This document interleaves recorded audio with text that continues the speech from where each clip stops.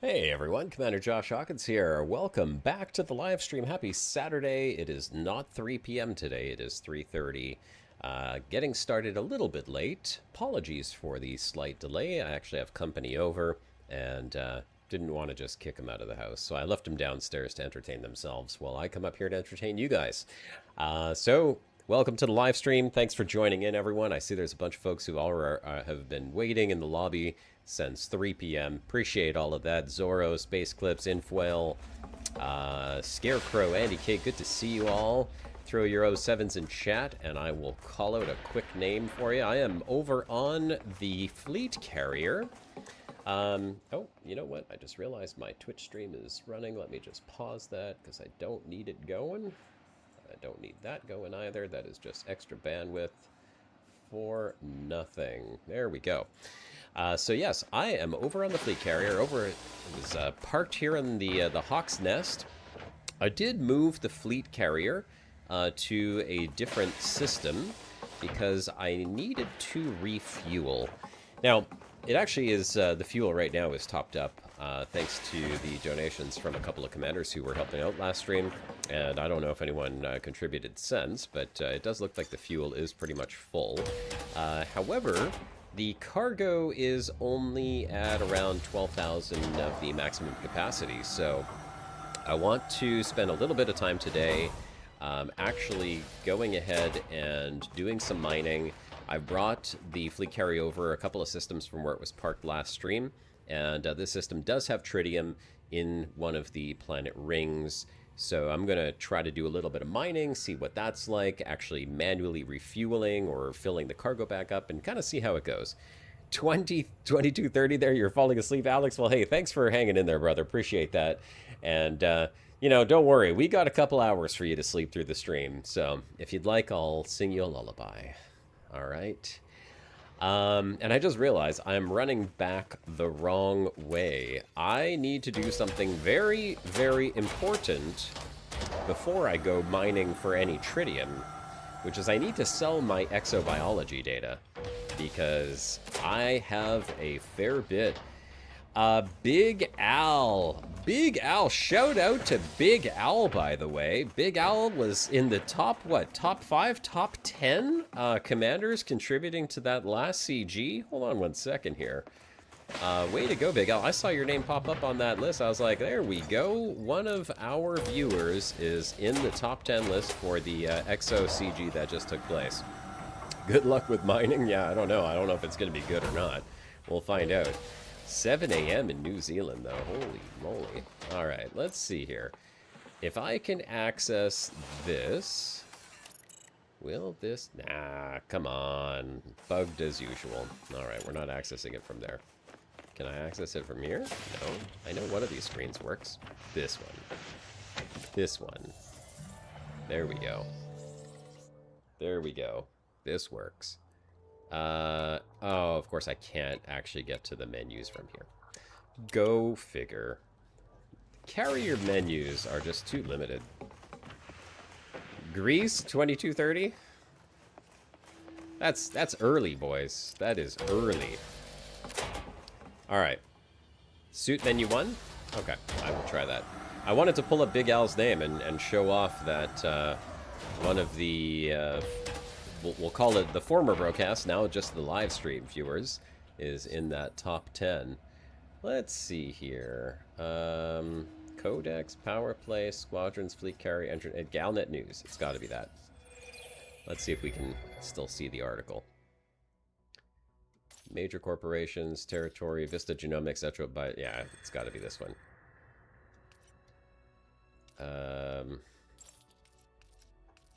No. Oh, no, I know where it was. It was in the mail. It was in the mail. How do I access the mail from this? That's got to be comms, right? Yes. Okay, comms, and it was right here. Look at this. There he is. Top 10 contributors. Big Al Cappuccino. Way to go, Big Al. Salutes all around for Big Al, folks. Or claps or emojis or whatever. Second time doing CG2 in the bubble on holiday? Well, there you go. So, Big Al, I need an explanation here. Was 472 What is this number? Did you actually get 472 exobiology organisms? Is that like, was that the number of organisms that you scanned and delivered? Or is this just like your score in the CG? Because this guy over here, electrodynamics with 1423, I mean, that is crazy. That's absolutely nuts.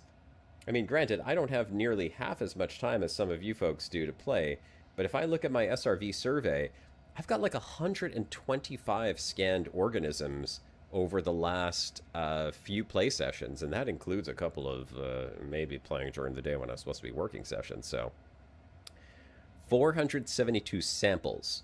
So you scan one stratum on planet 1, then scan on another planet. That's 2 samples.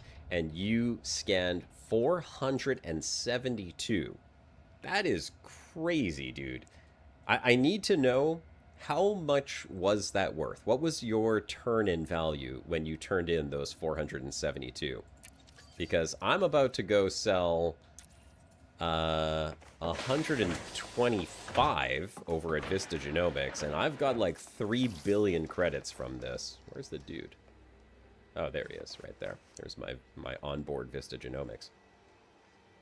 You earned about 4 billion? And that was with a 1.5x multiplier, too. How is that even possible?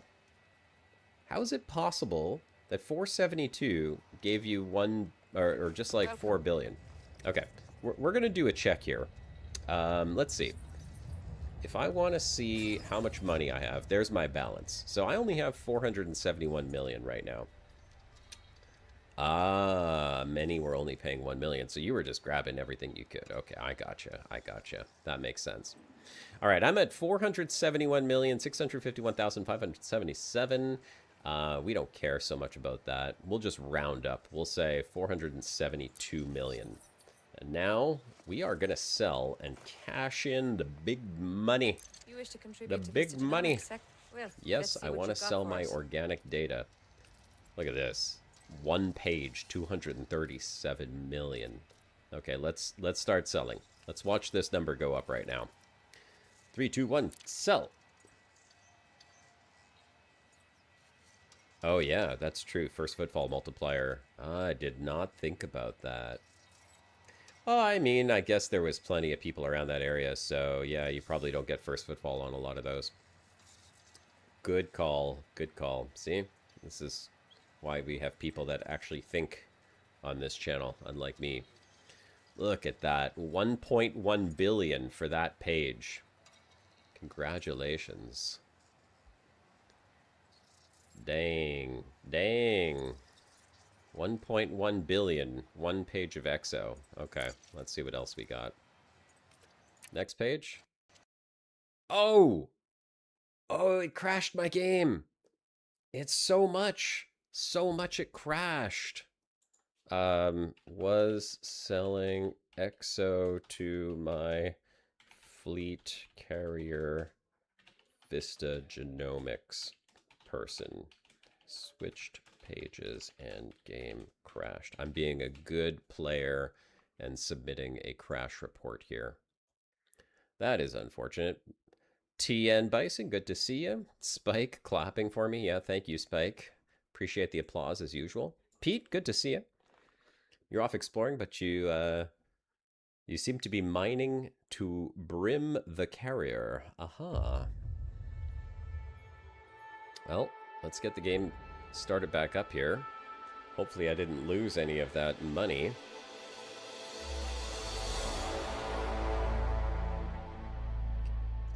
It's an old bug? Well, I'm an old guy. What can I say? It's funny because even my Twitch channel is telling me that the live stream is unstable. So apparently it's not just my my game that's unstable, it's my Twitch stream that's unstable as well. And my mind.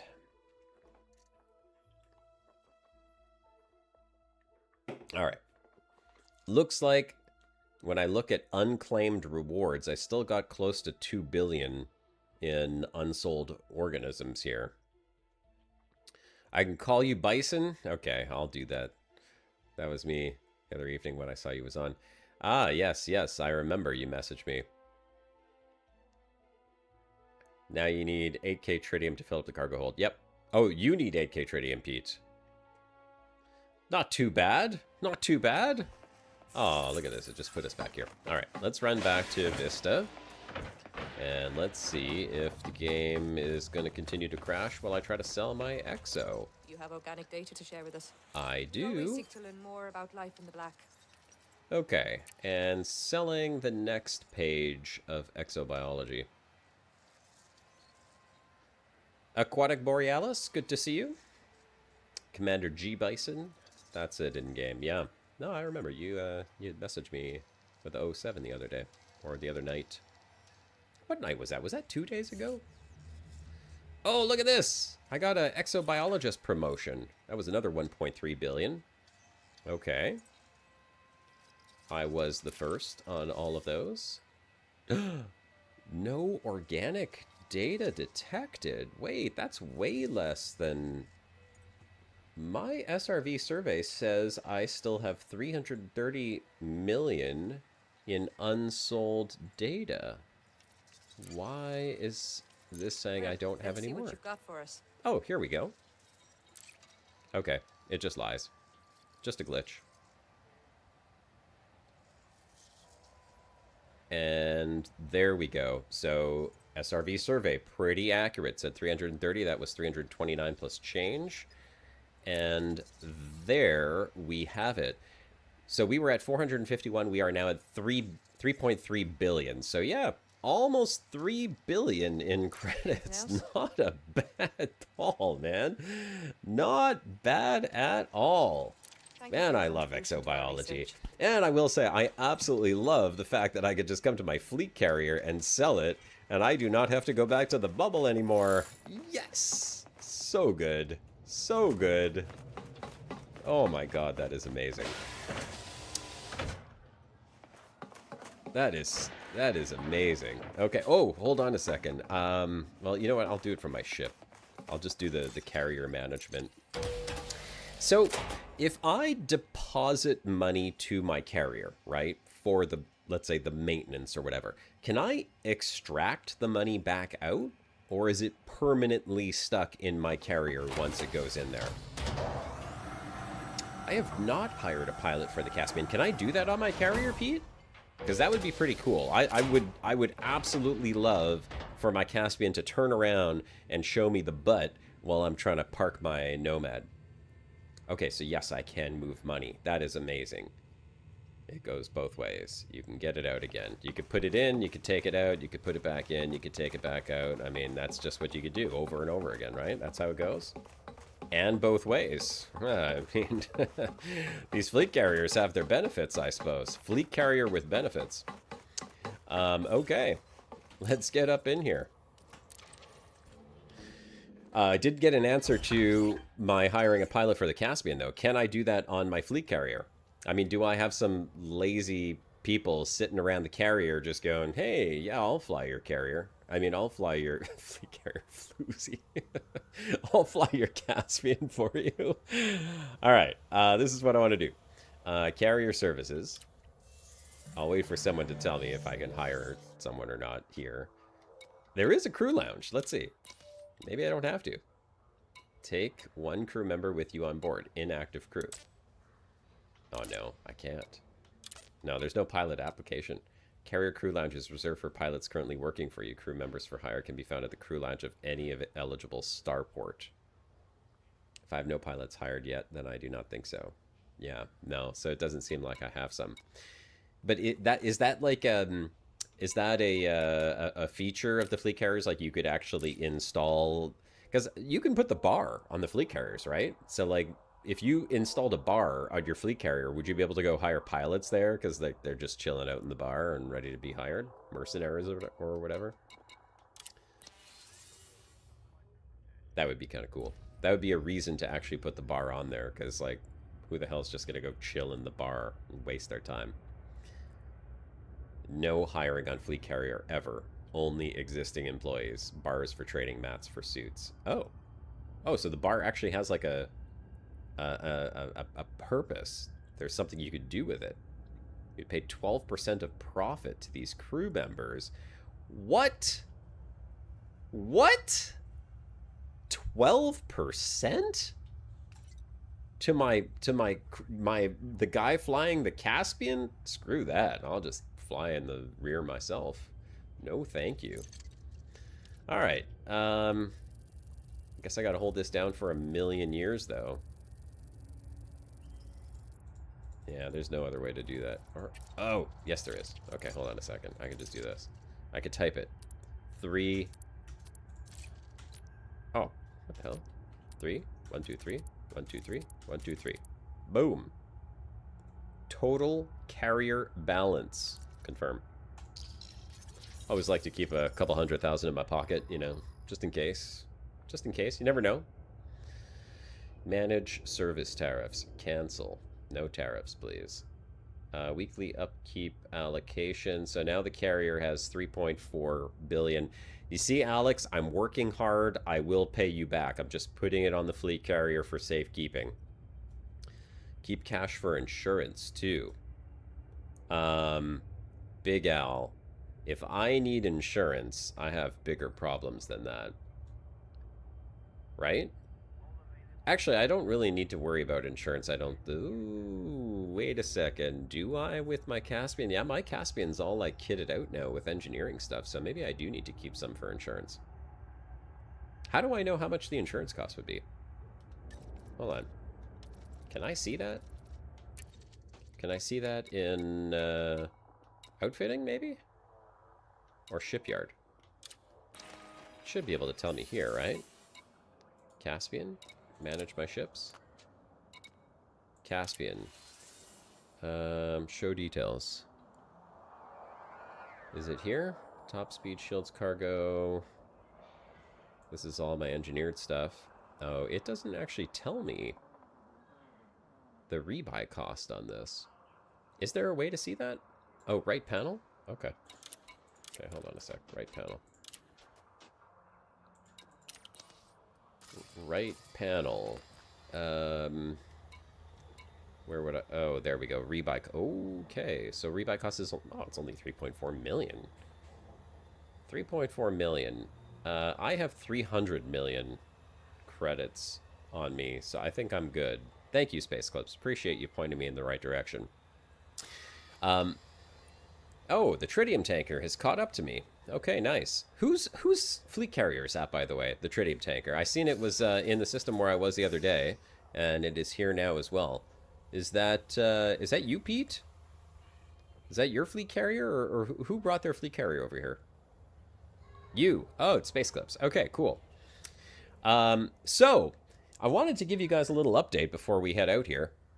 You may remember last week, this thing just kind of gave out. It lost its legs. I was in the middle of the stream and it just flopped out on me. It was the weirdest thing ever. The twist is like completely borked now. I mean, you can see that. That's my old X52 Pro that I've been using since, well, since I started streaming and I bought my first HOTUS, actually. It's done. It's toast. I would not really want to fly on it anymore. And it's all like floppy and wobbly and terrible. I did take it apart. I tried to figure out what exactly popped on the inside. To be honest, there was no spring or anything for the twist, so I don't know what exactly happened. Obviously, it's not plugged in right now, and I'm still playing, so I did find a solution to this, but it was not to fix the X52. The solution was to buy this bad boy right over here. So that is my new HOTUS, and in fact, it comes with a little companion right there. That is the VKB Gladiator NXT Evo Premium, which I was very fortunate to find someone departing with theirs on Facebook Marketplace, and whittled them down to what I believe was a reasonable price. It was in perfect condition. I brought my laptop, tested it out, checked all the buttons before I handed the cash over, of course. And he even gave me the invoice from his original purchase, which was just a bit over a year ago. So I believe the thing's still under warranty. And I got to tell you, this thing is amazing. I mean, I could not believe the difference in quality. I mean, sure, there's way better ones out there too, but I really liked the X52. I thought this thing was great. And well, I will say, I don't feel like it has the same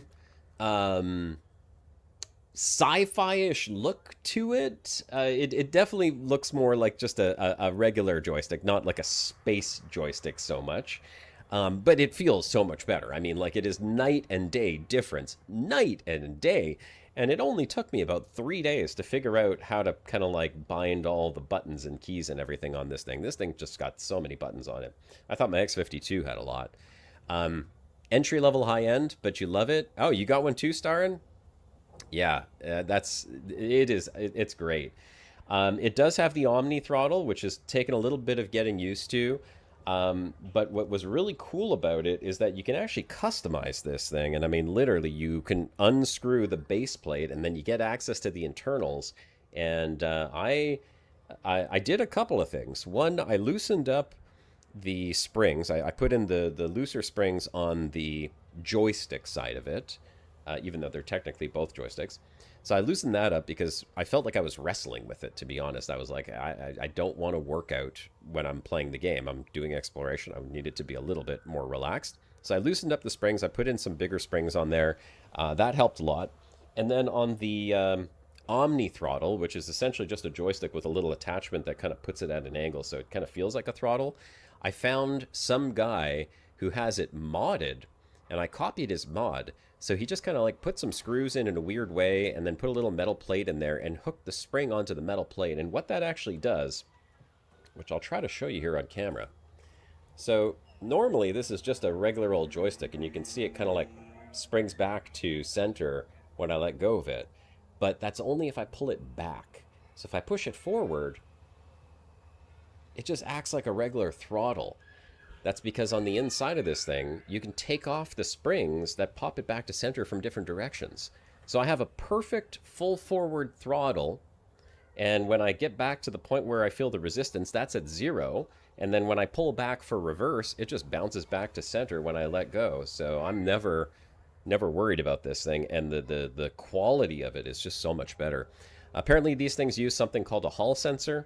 I don't know exactly what that is, but the X52 is like a ball and socket sensor of some kind. So it creates a lot more friction, and this is much more frictionless. High-end entry, whatever it is, I love it. It's amazing. And I'm working the muscle memory back into my play right now, because it took a while to kind of rejig the way that things worked. It was much smoother, much easier on the X52. I'd used that for so many years. Now I am kind of finding myself at moments going, wait, which button is it to do what? But, you know, got to build that back up. So, I need to take out this, the Type 11.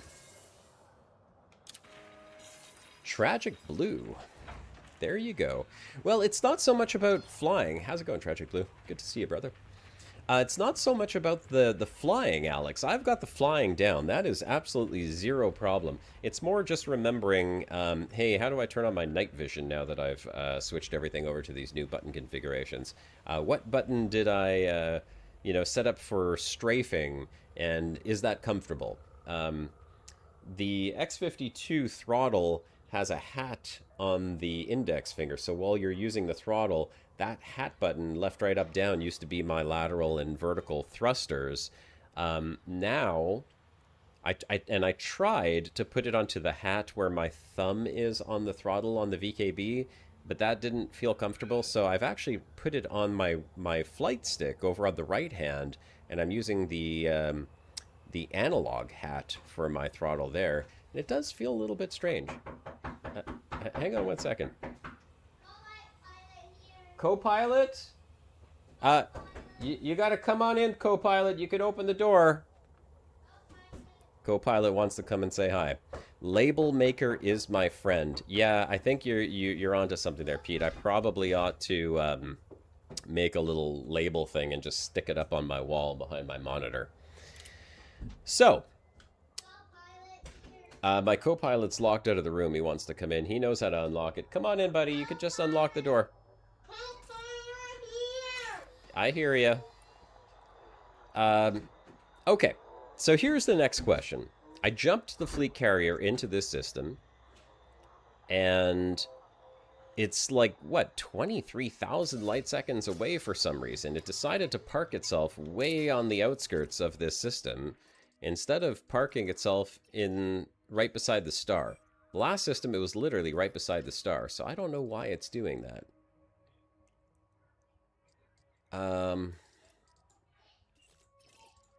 I did not scan this. This is the planet that has the ice rings on it, if I am not mistaken.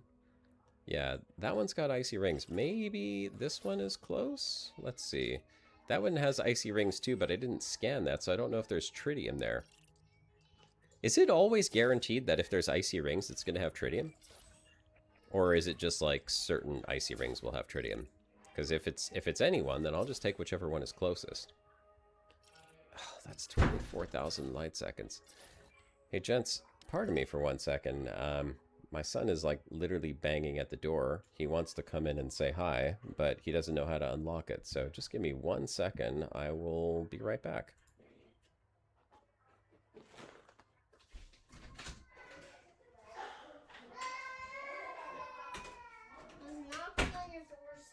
Yes, I know. Come over here, buddy. You wanna give a salute to everyone?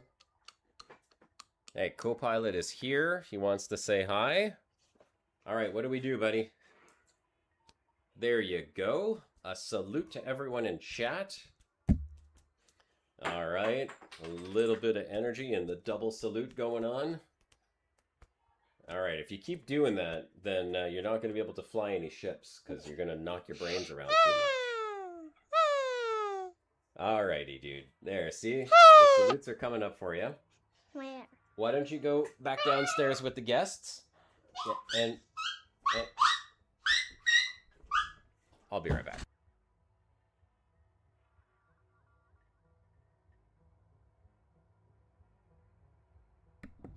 Or not. Thankfully, he knows how to let himself out. Okay. He is a little excited right now because we do have guests over and one of his little friends is here.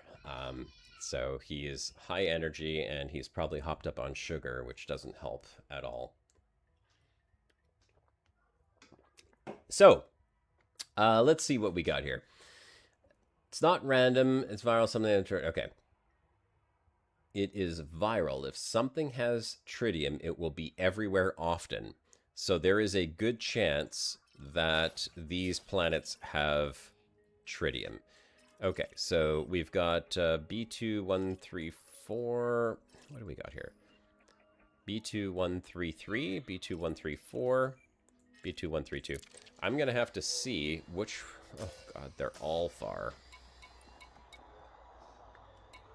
None of them are close because it decided to put me 24,000 light seconds away. You know, it makes me wonder if I should just try to find another system where the fleet carrier is going to jump in and not be so far away. What do you guys normally do for this? Like, do you jump into the system with the fleet carrier and just hope that it's near the planet? Or do you fly the 24,000 light seconds? Just jump to that moon? Wait, I can send the fleet carrier to a planet? I could in-system jump. I can. No way. Okay, hold on a second. That's so much better. That's so much better, guys. Okay, I did not know that. So, hold on a second. We go carrier management. This is amazing. Thank God. Icy rings pristine. As long as I've scanned. Yeah, I've scanned. I open the galaxy map. Click here. Go to the system map. I mean, it would have to be pristine, right? I didn't check if they were pristine, but I mean, nobody's come here and mined before. So I'm pretty sure it was this planet. And then I could just set the carrier to this planet. Does it matter pristine or not? I mean, let me check something. Hold on. Let's see. Oh, it doesn't show pristine here. Is there anywhere where it actually shows if the rings are pristine or not? Yes? It shows I'm tied to the star or something. No, I don't get that. It's just how much I will find. Well, I don't mind. Okay, so I'm gonna jump here. So this is what I want. I want to jump to this planet. So we're gonna set the carrier destination. Fleet carrier jump request successful. And of course now I'm probably gonna have to wait the 15 minutes, right? Yes, I will have to wait the 15 minutes. That is fine. I'm totally cool with that. I will fly the prospector there myself. And we will do this that way. Okay. I do want to just check, make sure I have limpets. I do. I have 24 limpets. I have 192 capacity. So we're good to go here. Yeah, I figured everything would be pristine here. I have limpets, so we're good to go. All right, let's go. We'll SCO over. I don't know. I hope I have an SCO on this thing, just like default. Get 90? 90 limpets? Okay. I will get myself some more limpets. Yeah. I didn't think I would need 90 limpets, but I guess we'll just do this.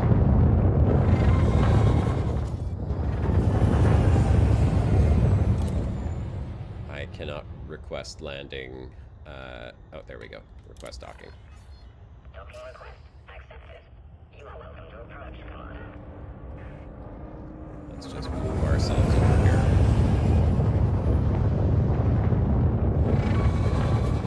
Wow, the sound of the mining ship is very different.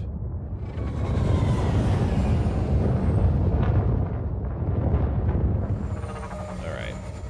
Man, I have not done mining in a long, long time.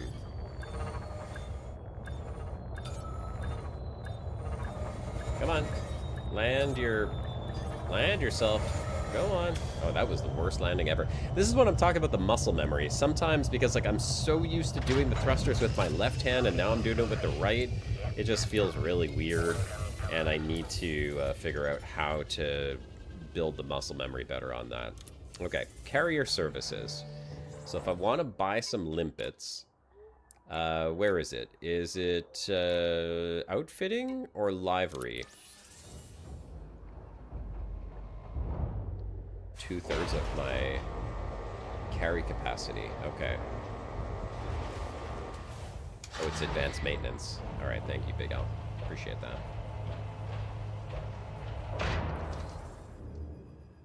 Well, we're good once it decides not to stand by anymore. So, advanced maintenance here, and then limpets.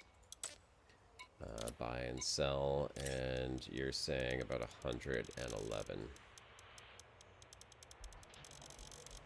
Hey, look at that. Boom, 111. Okay, let's go. Try that again. Launch away.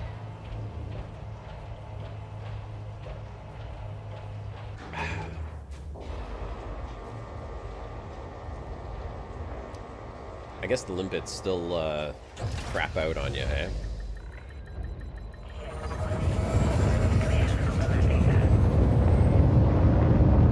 Alright, let's go. So, the planet that I want to jump to then is, what did I say? Planet 1. Right there.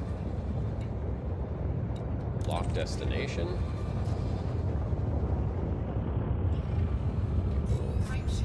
Jump. Everything's a little back asswards on this new joystick because my Super Cruise jump used to be on the right. And now I have it on the left, and my thrust used to be on the left, and now I have it on the right. Drop 10 to 20 at once? Oh, okay. Yeah, I could do that. Alright, let's see if this thing has SEO. It does! Nice! Alright, I wasn't sure if it was going to have it, but I guess you're right. By default, it's just SEO capable. That's perfect. And then the fleet carrier will jump itself over there and be ready for me to come in with a haul of tritium. Although it's going to take a little while, I think, right? Because, I mean, this thing only holds, like, what, 200 cargo at a time?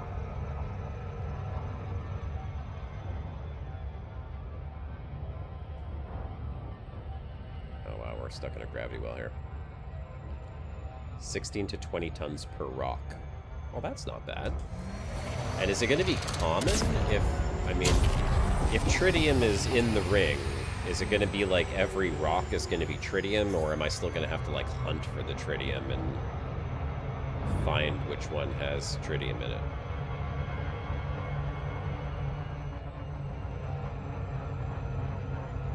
You guys will have to tell me also, like, what's the most efficient way to do the mining? I'm assuming it's that abrasion blaster or whatever the heck the repeater machine gun thing is that's on the T11.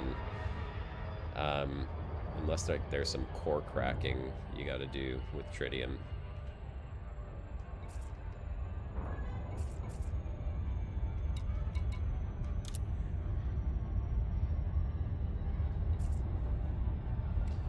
All right. So I had already scanned this ring. Only thing is, my scans are not showing up. Why is it not showing up here? Is it here? No.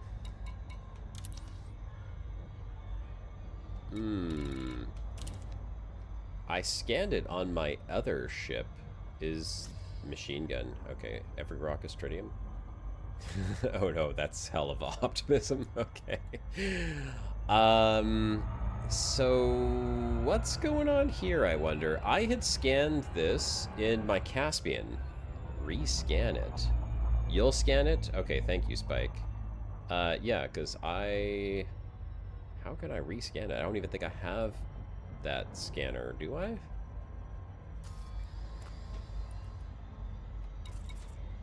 I don't believe I do. Oh, I have it. No, I have a D-scanner. Yeah, I do. I think it's just a D-scanner. It's just, it would just be the directional scanner. No, it would have to be a discovery scanner. Well, that D-scanner is the directional scanner. I need a DLS scanner. Yeah. Oh, I have one. Data link. Is that what? DSS. Yeah, no, I don't have a DSS scanner on here. Okay, so I thought that scanning it revealed it and then I would just have access to it on both ships. Apparently that was incorrect thinking of me. Spike is saying he's going to rescan it. I can see that he is just over yonder.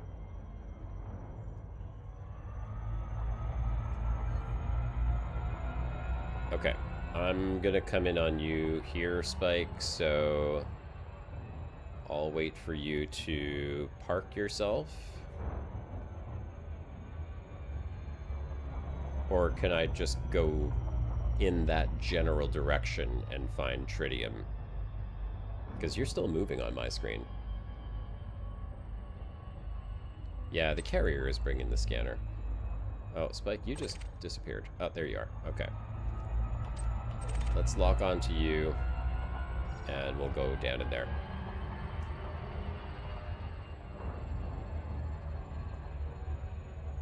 Do a test, just drop in and see what you find.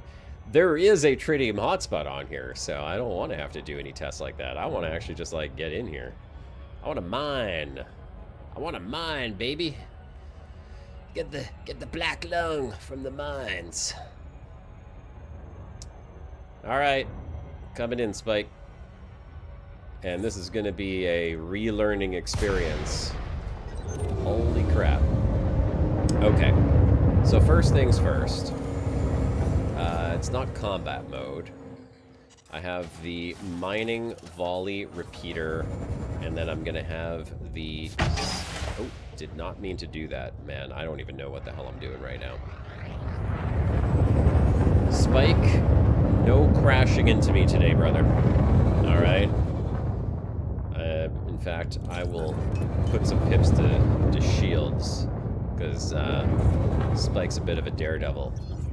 Scan for hotspots. Okay, so the first thing I guess I need to do is I need to figure out how do I switch my weapons. Here, pulse wave scanner. That's gonna be it. There we go. There we go. Okay, I've got the pulse wave scanner and I've got the prospector. That's what we need to be doing, right? Pulse first, prospect second. Now, this would be a good time to see if my radar zoom in actually worked. We are looking for glowy ones, like that one right over there. That's a glowy one. And then we send the prospector at it.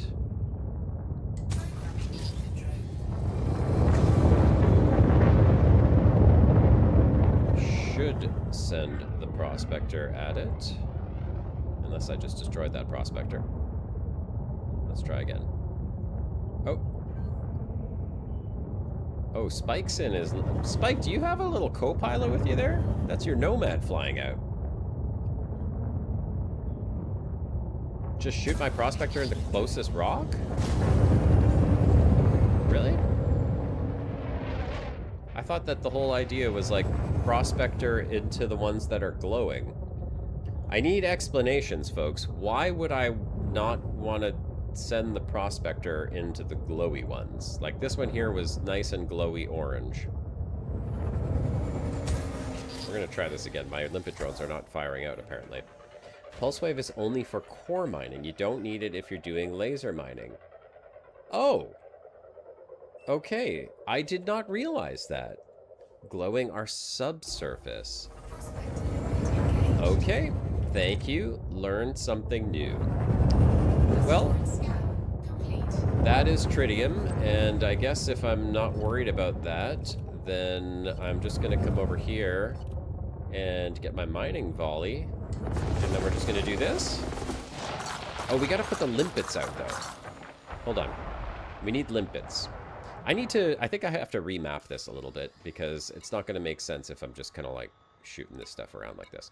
So, let's go mining volley and collector limpet as number 2. Yeah, that ought to do. Mining volley, collector limpet. So now, but seismic charge is still on there. Hang on a second. Why is seismic charge on there? It's up here probably. Yeah, let's get rid of that. Okay. Now we're good. So, send off some collector limpets. Spike's flying his Nomad into the... Hey, Spike, what are you doing over there, brother? You trying to land on that asteroid?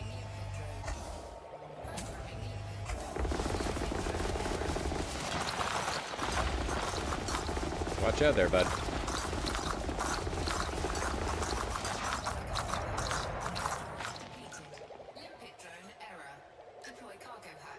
Deploy cargo hatch. Oh, I guess I need to have my cargo hatch open. That's why it's saying...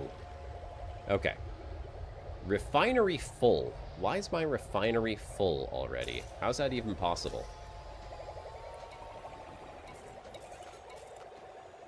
Is it here? Assets, goods, data, no. Inventory, okay. Oh, crap. I've got a whole bunch of garbage in here. So, we need to jettison this. Get rid of all of this stuff. Okay, now we should be good. Let's just make sure there's nothing else coming off this thing. Yeah, we're good. So, Do I want to do any of the subsurface stuff? I mean, like, while I'm here, does it make sense? Or is it just faster to just zip around and shoot all of the asteroids? Aim at the edge of the rock so I don't shoot fragments. Oh, okay. Turn off contacts or anything not tritium. Okay, so that would be contacts.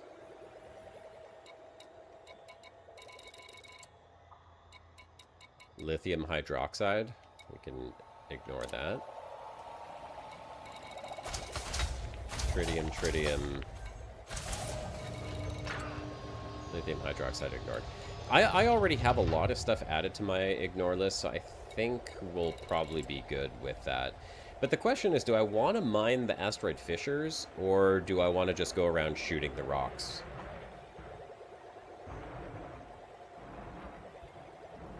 Turn off okay, yeah. You can filter the limpets in the left screen. Filter the limpets in the left screen?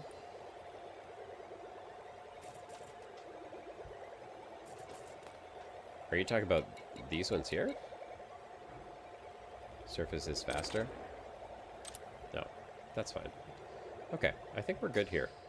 So, just shooting rocks. We'll just go and do a bunch of rock shooting. Alright, let's see what happens here. We'll do a little bit of pew-pew.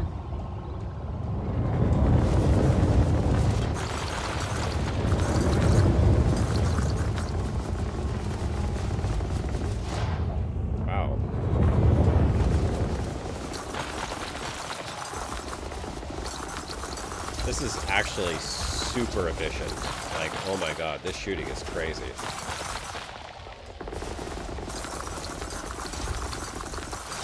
And I guess I should look to see what I'm collecting, right? And, okay, so we need to ignore those. Because we don't want those fragments.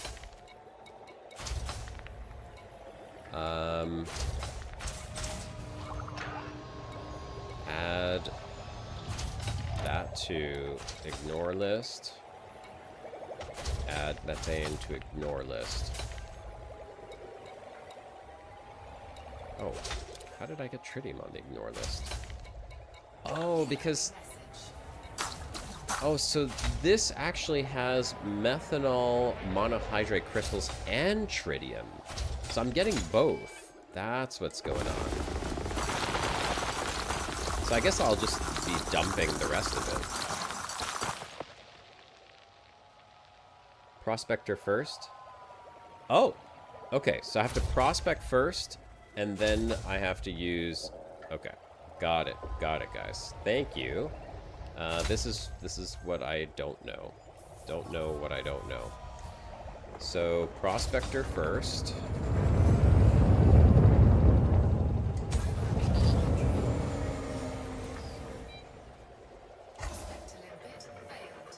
Prospector limpet failed. And then we shoot.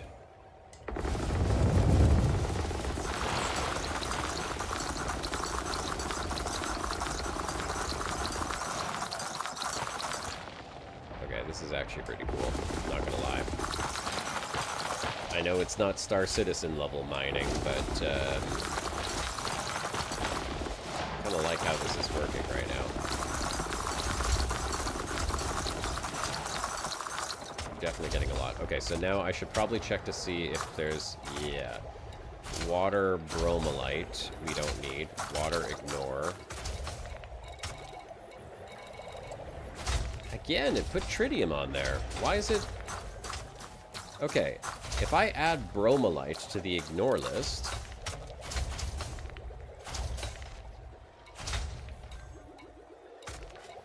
I gotta make sure it's not filtering out the tritium. Okay, that's good. Tritium is there. Okay, this is all good. Bromelite, tritium. Okay, so if it has tritium in it, it's gonna... It should be good now. Oh man, these things just pump fragments all over the place. Left bottom, check what's inside. If tritium less than 8%, move to next. Left bottom. Oh, okay, I see what you're saying. So in the down here, bottom left, water, tritium, bromellite, then I move on to the next one. Okay.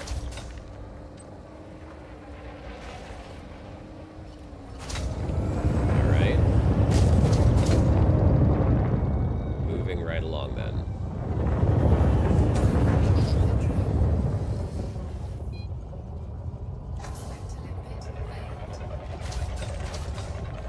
Go do your thing, little buddy.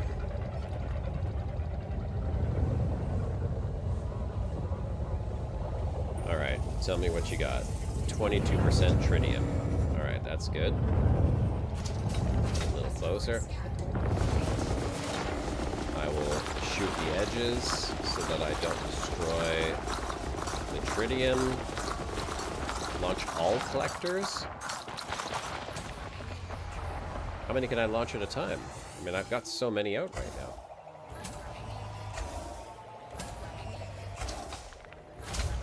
Holy crap, I didn't realize I could have this many collectors out.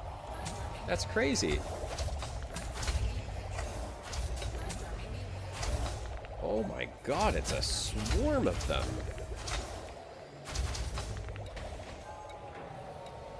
Okay, add phosphorus to ignore list. Add nickel to ignore list.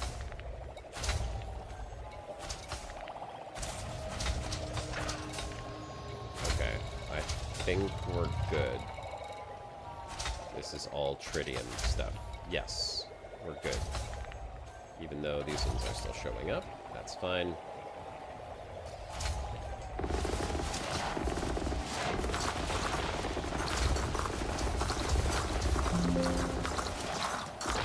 Okay, fleet carrier's made its jump. That's great. Don't have to SCO back to it. Asteroid depleted. Pick up the chunks. Yeah, I am going to switch over to the external view. I will say that was one of the things I have not yet fully bound my keys to, however. The materials are used in engineering, Bison? Alright, so what are you saying? Which materials, these materials here, I should keep? Okay, I will remove these from the ignore list. Thank you for that.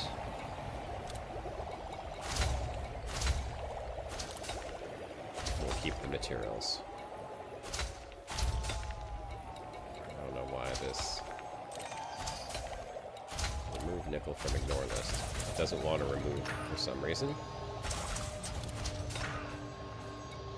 Whatever. All good. The rest of it we're picking up, so we're good to go. Except for water. Add water to the ignore list. I don't need that.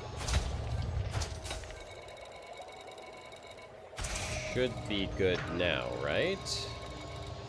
Bromellite, water, fragments, yes. Okay. Keep the materials while you go to cloning. You'll be able to update 5 ships at once. Yeah, no kidding. Well, that's the hope and the dream. Hope and the dream.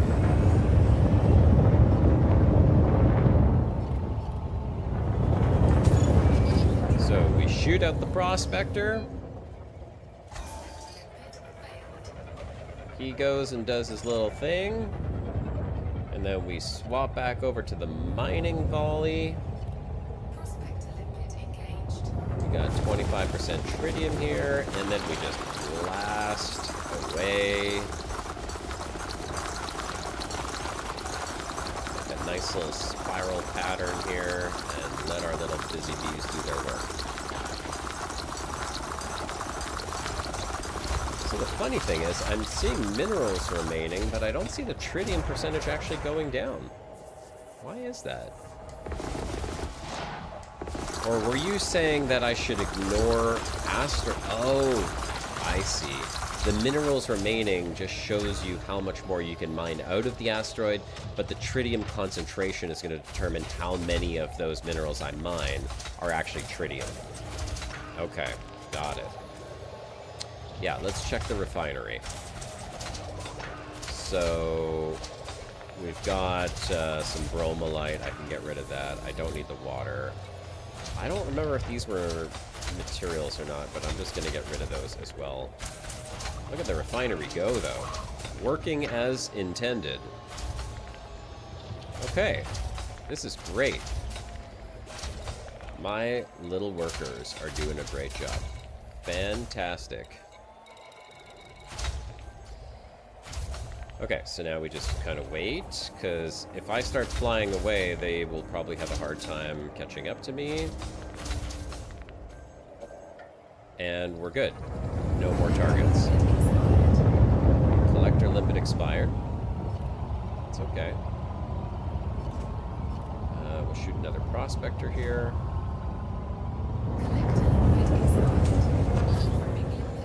And then we'll shoot out some more collectors.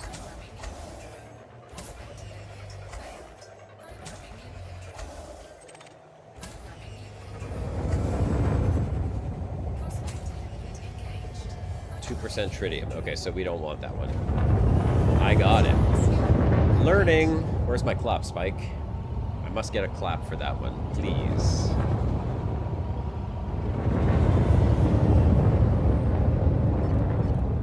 Shoot a collector or prospector at this. All right.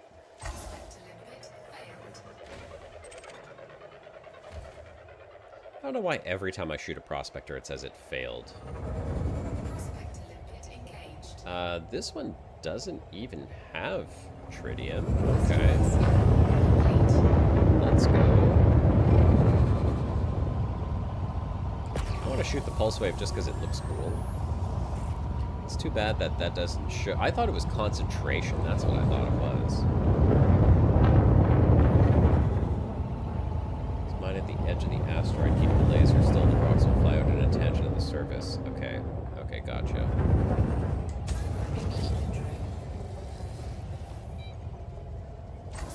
Yeah, no info. I bound the camera, and I started binding a few of the settings for it, but I don't have it fully set up. I mean, like, I don't have the proper full-on flying view that I used to have with my camera. So I will do my best.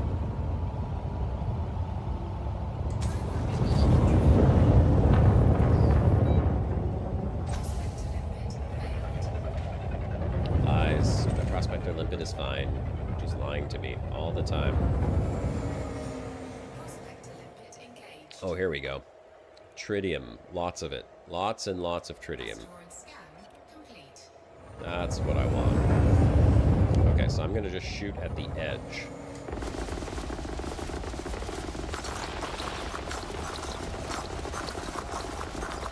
I hope that's the edge you're talking about. They are shooting off to the left, so that looks good. Prospector limpet.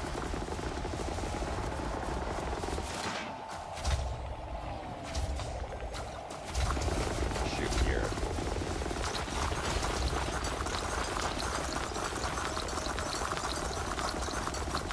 I could have more than one prospector going at a time. That would be kind of cool. Does that increase the yield that you get out of the asteroid if you have more than one prospector on it?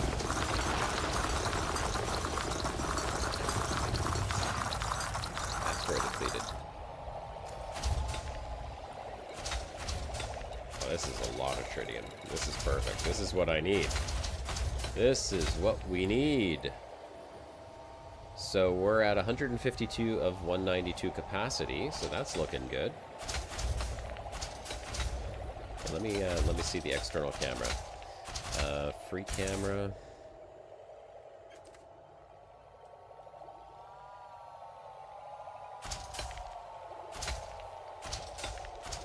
Yeah, see, I don't have it set up where I can actually fly around properly. Roll ship controls, detach camera, space. Oh, oh, oh, no, no, no. I don't want to be flying the ship right now.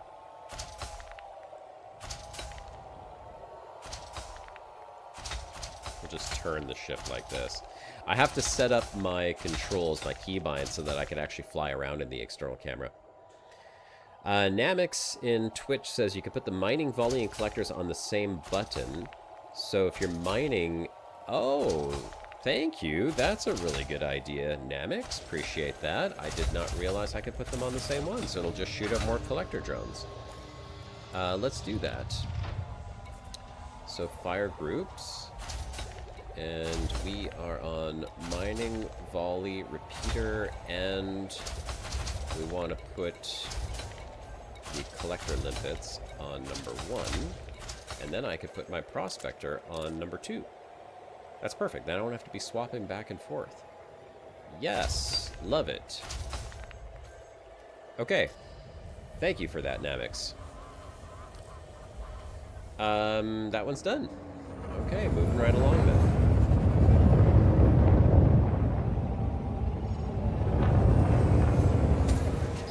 Yeah, this is much better. I didn't think about that.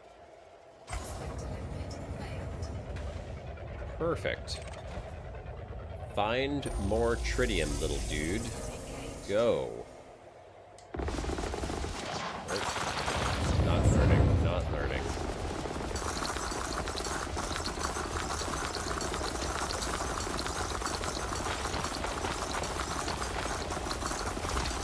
We got a lot of this one.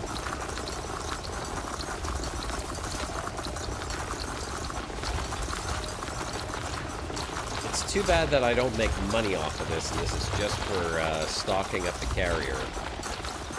But you know what?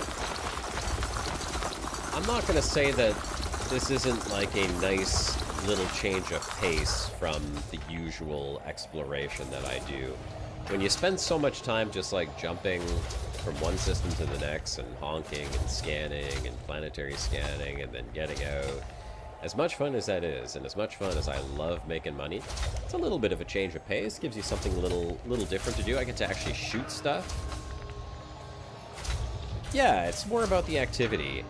I think this is what's really cool about the fleet carrier in the first place, is that you can bring a fleet of ships with you and actually do stuff like this. Like, this is what you would imagine real deep space exploration would be like.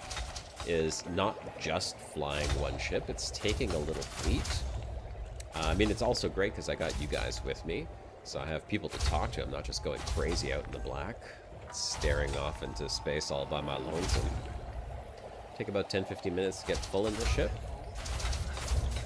Cargo hold at maximum capacity. Okay, but I still have like 81 limpets, I think, right? So now, if I'm understanding what you guys were saying before, I should drop some limpets, right? Time to drop limpets. Yes. Okay. Drop limpets and ignore them. So we are going to go into inventory. Where would I see limpets? Is it in my ship cargo? Yes. So I need to jettison some limpets. We'll drop about 20 of them. How much should I drop? I think I have like 80 left. So I guess I'll just drop like 30 of them for now.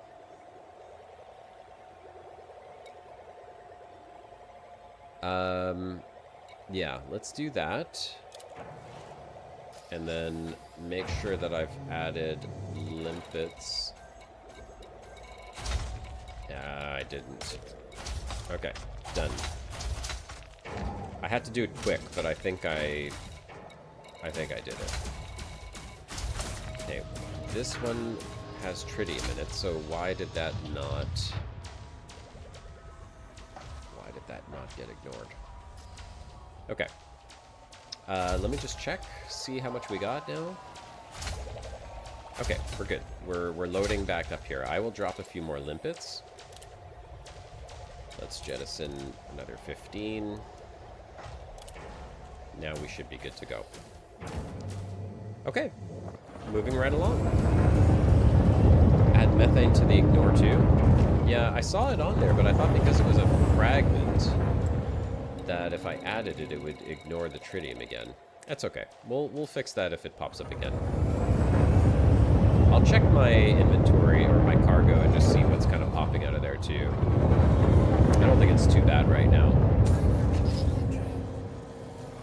Let's see. I do have some water in here. Jettison that. I've got some liquid oxygen. We'll jettison that. Bromelite. We don't need that. These methanol monohydrate crystals, these are not materials. No, these are actually stuff that I have picked up. So I gotta jettison all of that as well. The liquid oxygen we don't need. I gotta make sure that my guys are not picking it up again, though.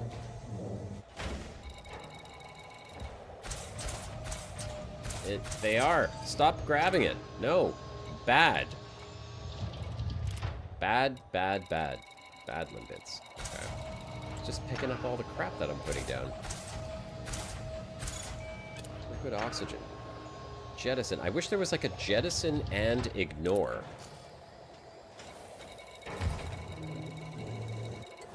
Okay. That's good.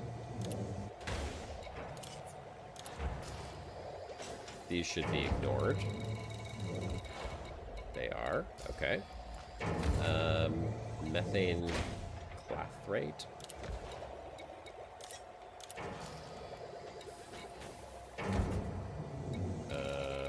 Where's that?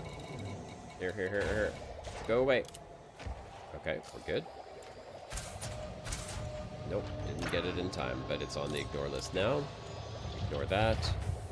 Okay, we're good. Now we've got 100 tritium and limpets. Everything is good. Inventory's cleared out of all the crap. There is abandon. It won't collect them. Oh, okay. Well, that's kind of what I was hoping for, but I guess I didn't see that.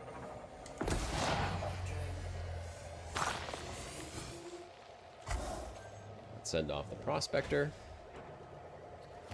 And then we will start grabbing stuff. Where did the prospector go?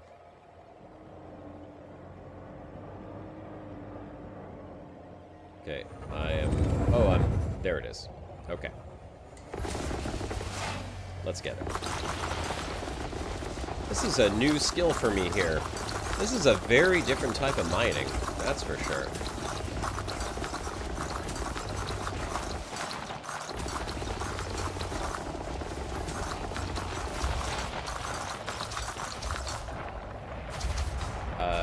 Died. Alex, why are you saying died? Who died? You died?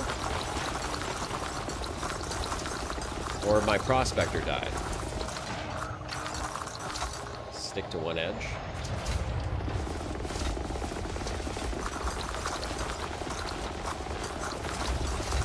Thanks, Spike. Appreciate that. Let's just see if there's anything else here that is... Hydrogen peroxide. I don't need that. I'm becoming a pro miner. Okay. We did pick up some hydrogen peroxide. So, abandon.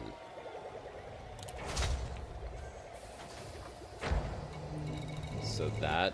Does it add it to the ignore list, or it just does not pick it up? Prospector died on launch. Okay, got it.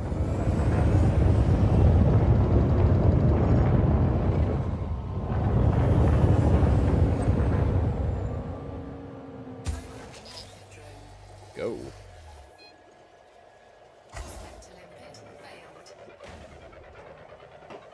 Man, I don't like that. They ought to fix that. 21% here. Okay.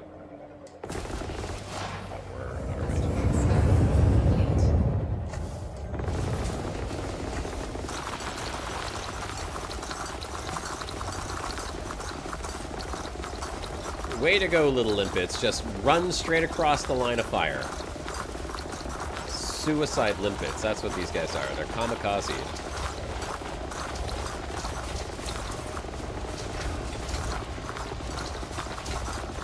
This machine gun, though. Guys, oh my god. This is crazy.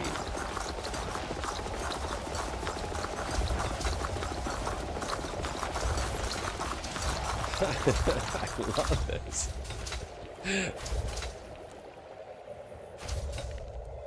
I mean, core mining used to be the thing, right? That was kind of the cool way of doing it. No overheat, no ammo concerns. I know, like, how's that even possible? I guess it's got to be like an energy repeater of some kind. But like, seriously, I don't have to worry about like restocking. I'm not overheating. It's just like mining on crack. It's so easy.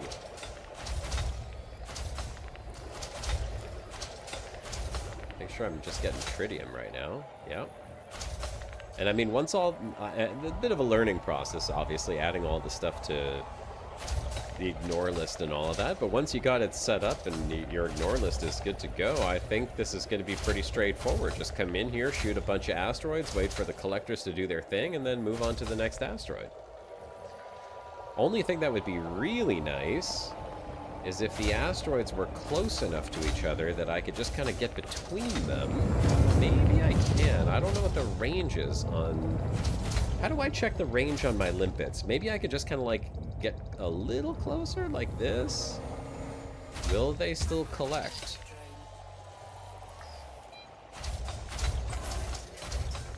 Or am I going to lose my prospector on the other asteroid? I don't know. You gonna make it there, little buddy? Yeah, it's only 5% tritium on that one. Okay, so I'm still collecting here. I could see 2 limpets come flying back. There's one last one. Okay, we're good. Some rings are better than other. The density of the rocks. Well, I mean, this one here, I'm not gonna lie, it is pretty dense. That's why I was just wondering, like, can I mine 2 at a time? Here, I think I can. Like, these 2 rocks here, these are definitely close enough proximity that I can do both. I'm sure they can. Okay, let's fire a prospector there. Now, can I send a prospector into this one and then turn around and shoot a prospector into that one once it lands?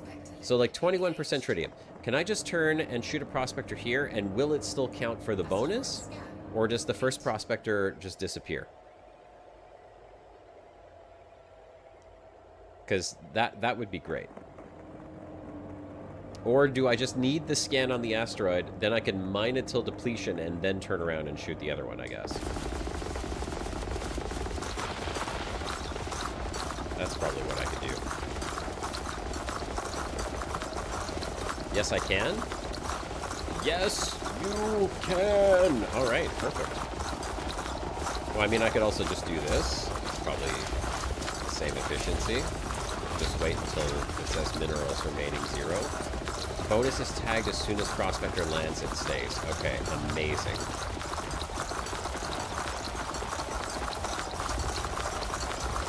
Anyone's prospector. Okay, that's good to know. So I could just come right over here now and shoot one into this one. And then inch my way forward just a little bit until my mining laser's in range. Like that. No, we don't have tritium there. Wow, wow, wow. Great plan. Unfortunately, it didn't work out the way that I hoped. Okay, can we get onto this one here? Let's see. Prospector drone away.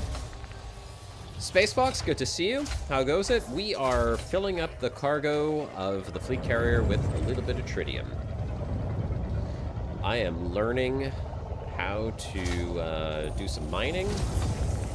We only got 5% tritium over there. So a little bit of a loss. Seems like the limpets go pretty far, so that's good. I'm just doing a bit of a test now to see how far they'll collect from, and so far so good.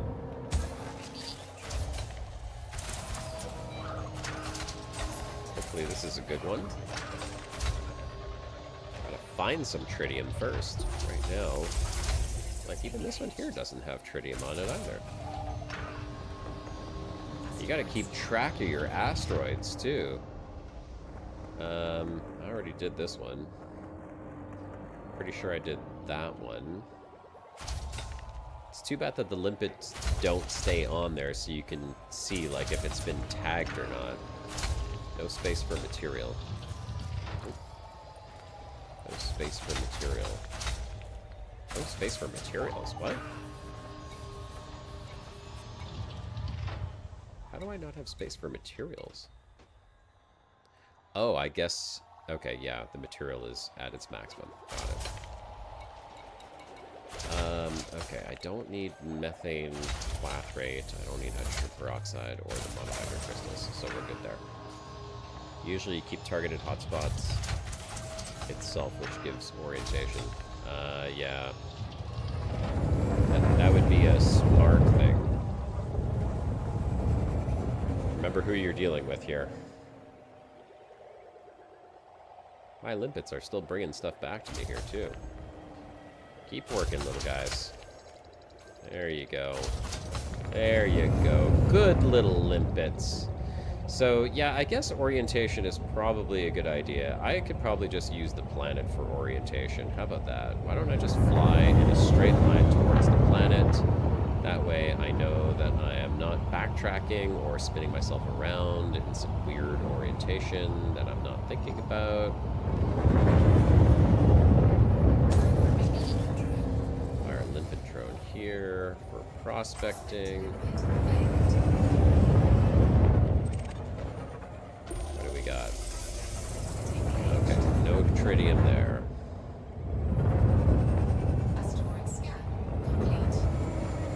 How about you? That looks like a juicy asteroid right there. Try to target my carrier, for example. Liquid oxygen. Well, I'll just use the planet for orientation. I know, I'm going that way, so that should be good. I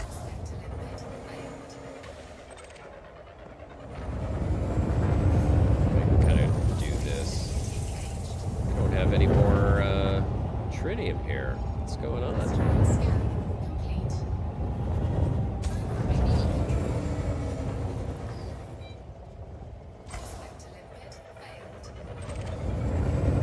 Find me the tritium. Oh, here we go. Tritium right here.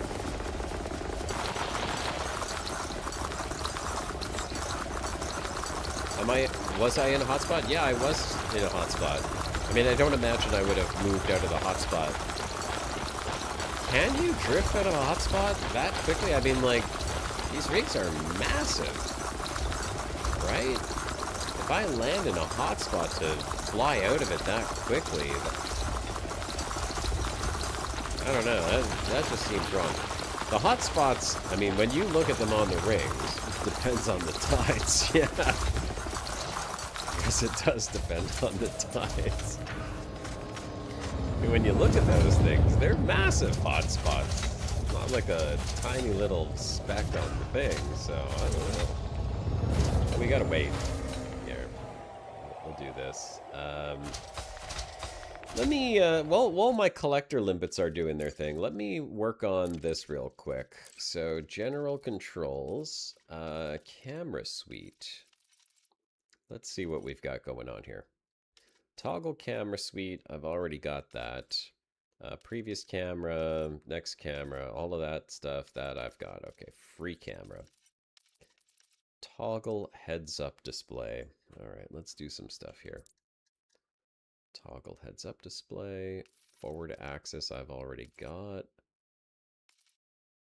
Should be. That's the forward axis. That's the lateral axis. Lift up. Move up analog.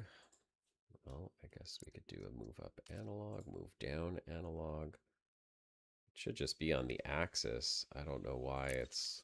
No, that doesn't seem right to me. Okay. How about we just leave it like that? Pitch axis, that should be fine. Yaw axis, that's all fine. Roll axis, that should be fine. Now this is where I have to fix this. So I already did an attach detach camera. That should be the button there.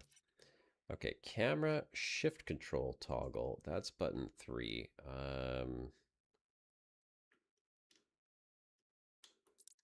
Oh, Jesus. This is where I need a picture of the mapped buttons. Exit free camera, joystick 21. No idea what button that is. Increase zoom focus. That would probably be one of my hat buttons, but I didn't see the detach. Okay, let's try this. Lecter limpet expired.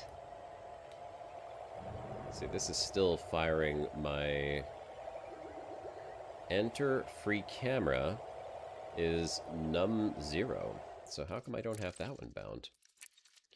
General controls, free camera. There was exit free camera.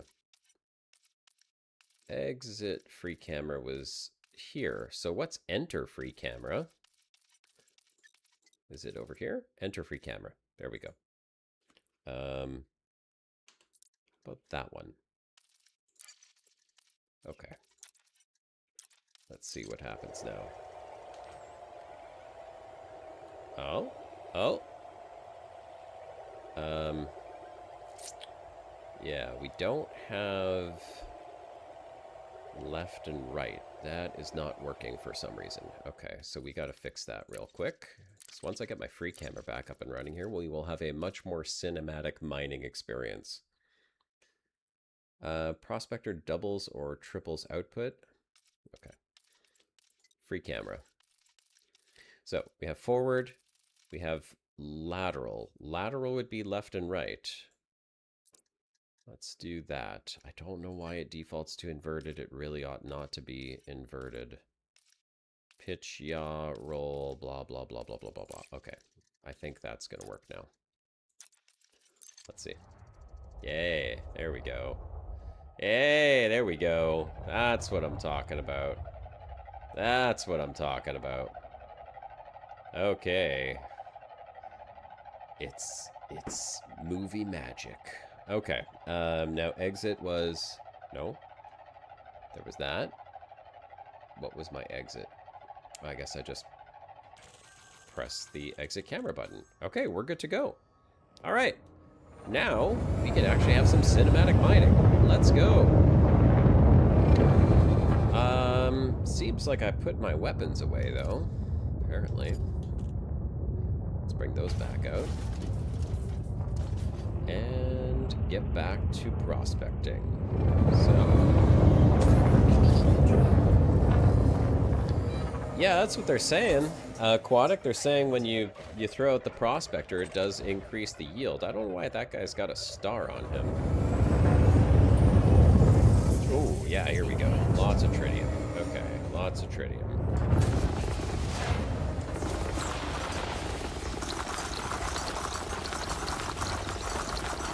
Go get all the tritium. Go, my minions, go.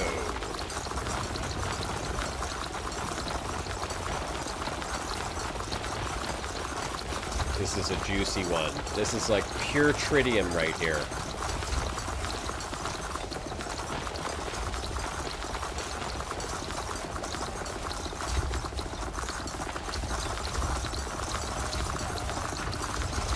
All the tritium.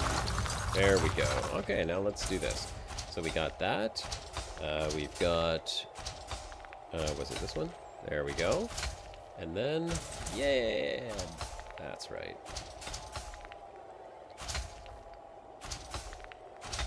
Look at the swarm going to work on that asteroid.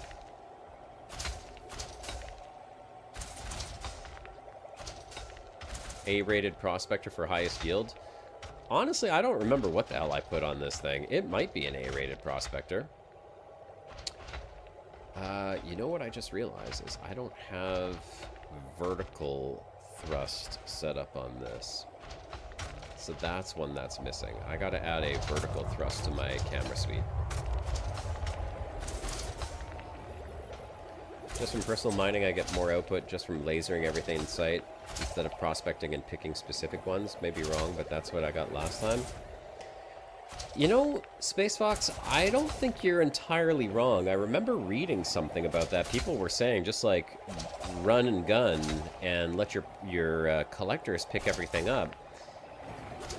And maybe that is faster because like you don't have to stop and then move to the next asteroid. You're just like in a constant state of motion. Maybe it feels faster because you're not stopping, right? So you don't have this sort of like perceived downtime, which is technically not really downtime. Let me check something here. I just got to fix something with my camera suite. So free camera, what was it? Was this move up, down, left, right? So I've got the lateral, but the move up and down is wrong. Maybe we can do... No, I can't do that. Lift access. Maybe here? No, that doesn't want to go. It looks like it's bound, but it wasn't working. Let's try it. Ah, there we go. Perfect. Yes. Oh, check that out. Okay, that's kind of cool. Little ring of workers down there. Good job, little limpets. All right, let's go.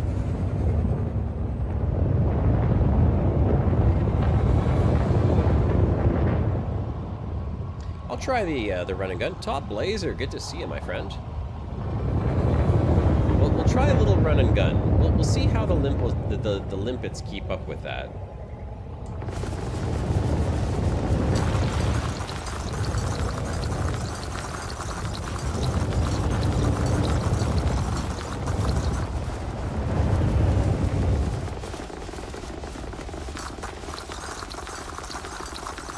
So I guess.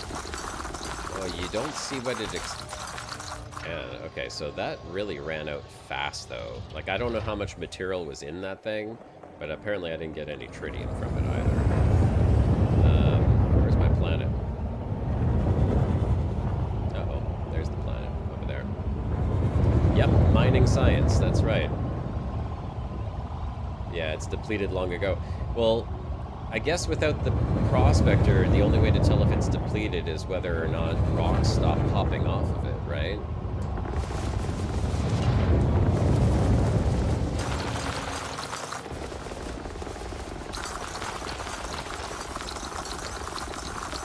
Oh, you can actually destroy them. Okay, I was just saying I just shot the little shard. Yeah, I mean, like, look at that. Like, practically nothing comes off it without the prospector, though. I got like 6 chunks out of these things. Commander Corvus Corax Nevermore. Good to see you, Commander. It shows message right top, but hard to see it. Oh, okay. Yeah, no, I did not see it. I mean, okay. Yeah, this feels like a little bit more action, right? Like you come up, you do this thing, and oh, I'm out of ammo. I have no more limpets. So I guess now we have no choice. We are literally just shooting stuff because I don't have any gun. I don't have any limpets left to do prospecting. So now we're just going to shoot and hope for the best. Spray and pray.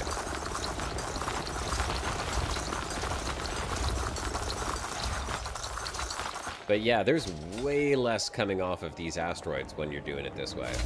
Like, I don't see how this would be faster because it just feels so inefficient. You're getting way less per asteroid, so you're forced to fly in between them even more.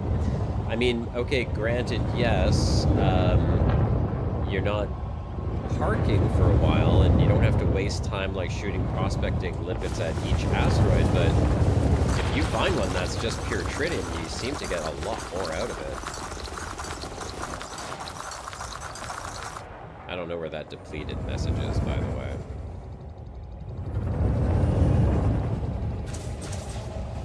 Oh, I see. It's asteroid depleted. Okay. I got it. It shows up on the little info panel up there. Asteroid depleted. Yeah, it depletes super fast like that. Refinery full. Okay, hold on a second. Oh! Is that it? We're done! Okay, nice. Nice. That's what I wanted to see. So I don't know how long that took. Felt like it took a little while.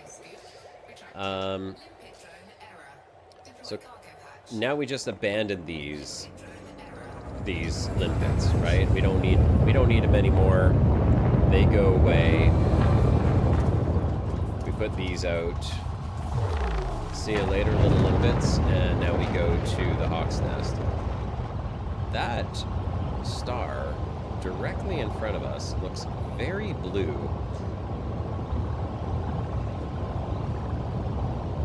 That is a very, very blue dot straight ahead.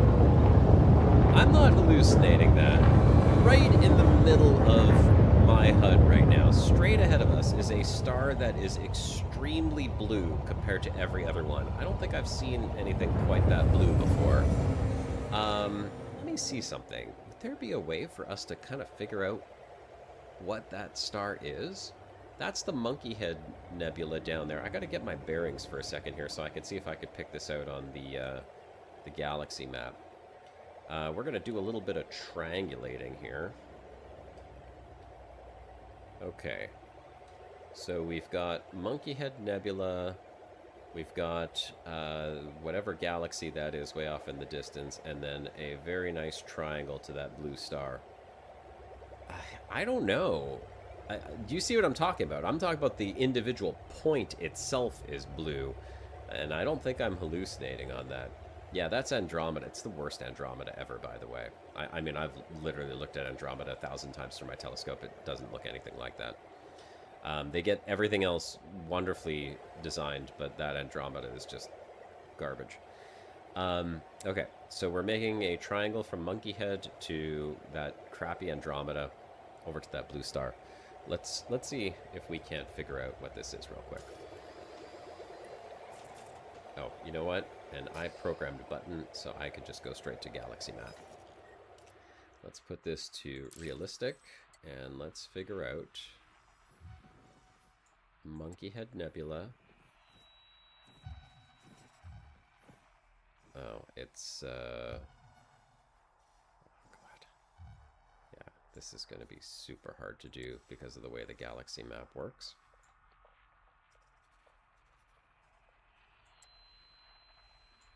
And there are some blue stars, but yeah, okay, there are some blue stars. Maybe it's just like one of these.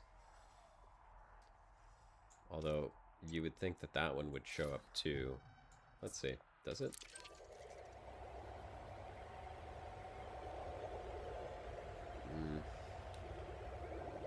That one is just super blue.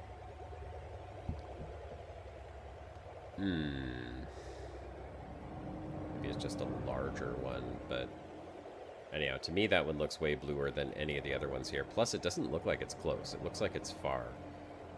Some of these other ones are much bigger. I would really like to be able to figure out what this is, but our galaxy map is just not conducive to exploring like that, unfortunately. It would have to be kind of like, go like this, in yonder direction over here, and then hope that there's like something just jumps out.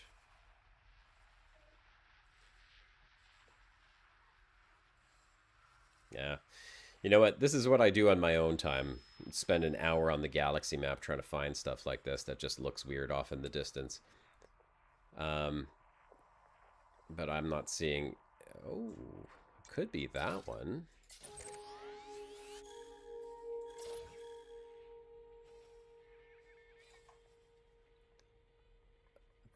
Maybe. You know what? I'm going to bookmark it.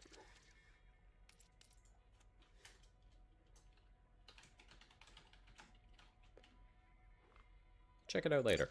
Let's see if we have some time on the stream to go look at that one. That one does look like it could be it. And it was in the right position from where we were, kind of, sort of. Little hard to tell. Okay, so we head to the Hawk's Nest. Where is the Hawk's Nest? Over there. Blue-white? Could be. Ah, that's true. I could select a star in the direction and then kind of triangulate from there. You're right. We could still do that. I could do that afterwards, so no worries. Let's go. This is where I really do like the Super Cruise Assist. Oh god, I just realized we are in the gravity of this planet. Oh, but we're still moving at a pretty good pace. We're only... Yeah, we're good. We're gonna dock right away here.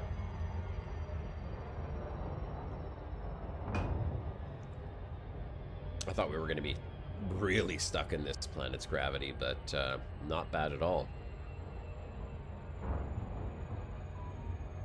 Really big fan of exploring just for multiple years. I've done it before, but I have the carrier back here and probably just going to leave it behind because I don't see the benefit. Yeah, no, I don't have a surface scanner installed yet. I will have to do that. I hope I brought an extra surface scanner with me. That I am unsure, Alex.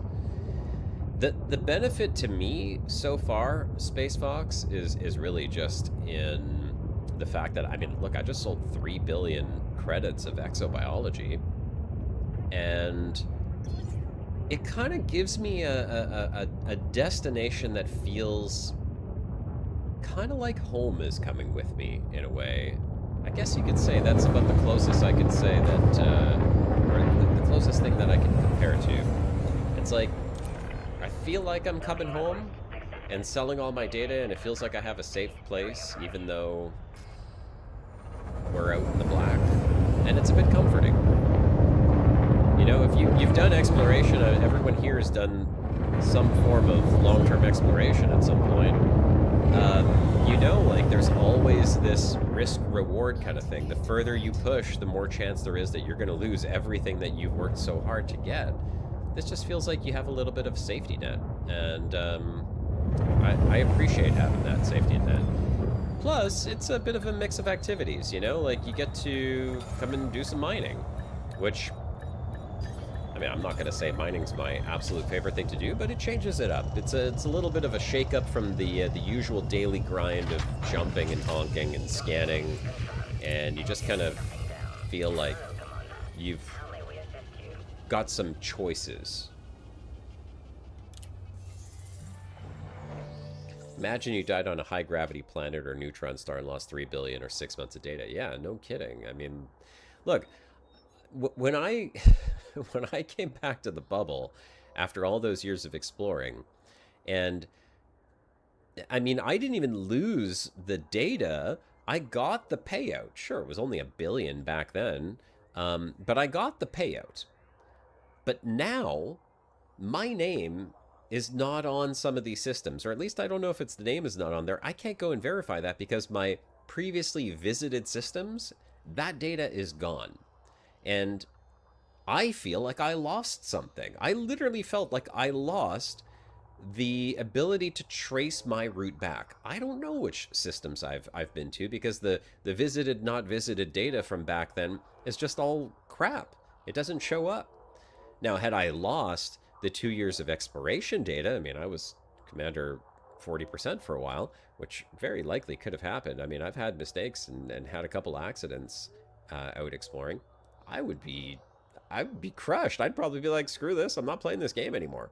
And I can't imagine that that has not happened to people. I am almost 100% sure there are plenty of commanders out there who lost a lot of data because of a silly accident, high G planet, you know, canyon running because they were bored.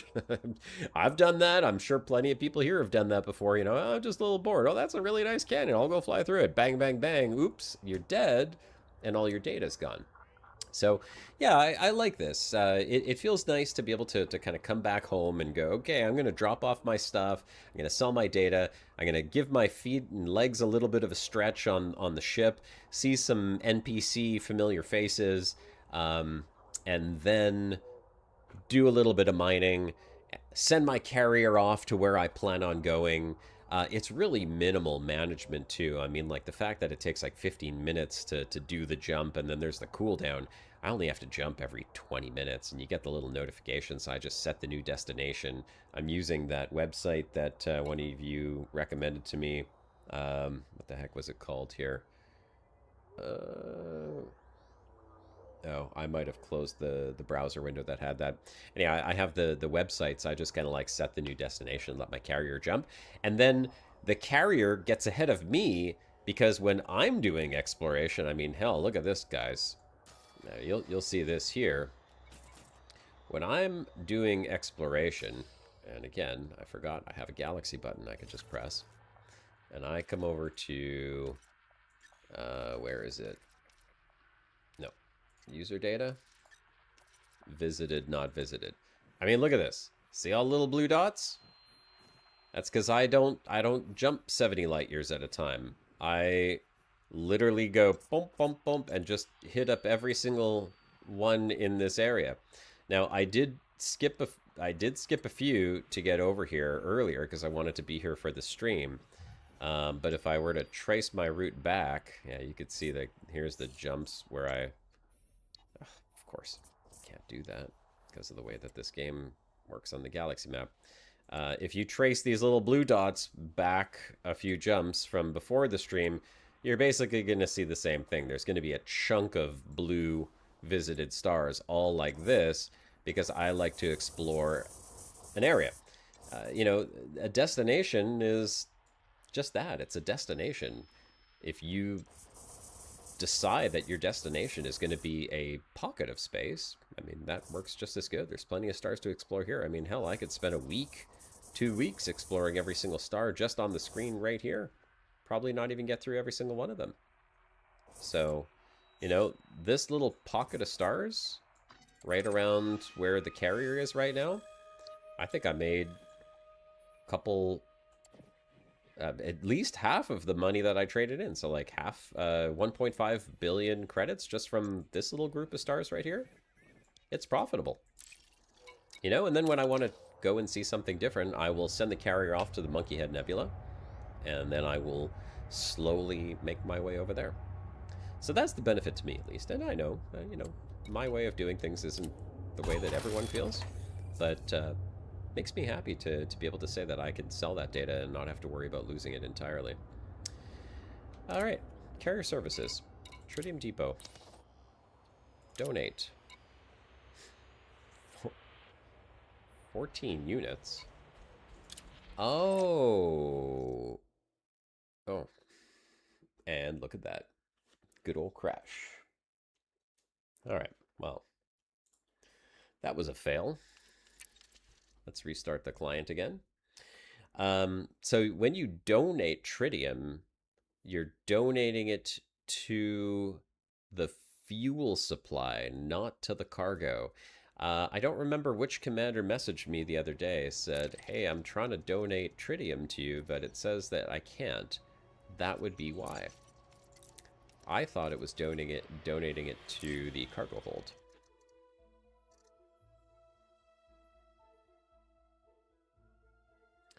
You can also participate in operations from the carrier despite being in the black, because operations are only virtual, not real world. Yeah, you know, Spike was asking me the other day if I was going to do some operation stuff. I don't know. I mean, I like the fact that I have the option to do that, so that's kind of cool. If you guys would like to see some operation stuff, I'm definitely down for doing that. Can join up with a couple of you guys and do some operation stuff at some point. How do I do this now? How do I deposit my Tritium into the inventory? Carrier management, maybe? I could put a buy order into my commodities market to fill cargo hold. What if I want to put my own Tritium into my own cargo hold? Do I have to buy it from myself, or can I just transfer it?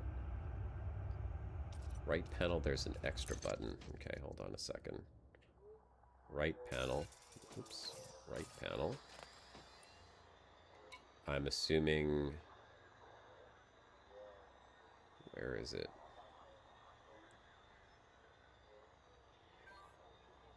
Inventory transfer.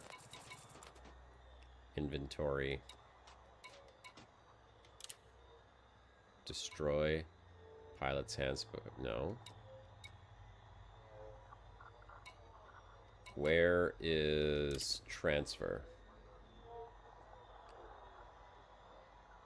Oh, sorry. Yeah, game screen is small. Thank you. Inventory. Ah, here, transfer. I see.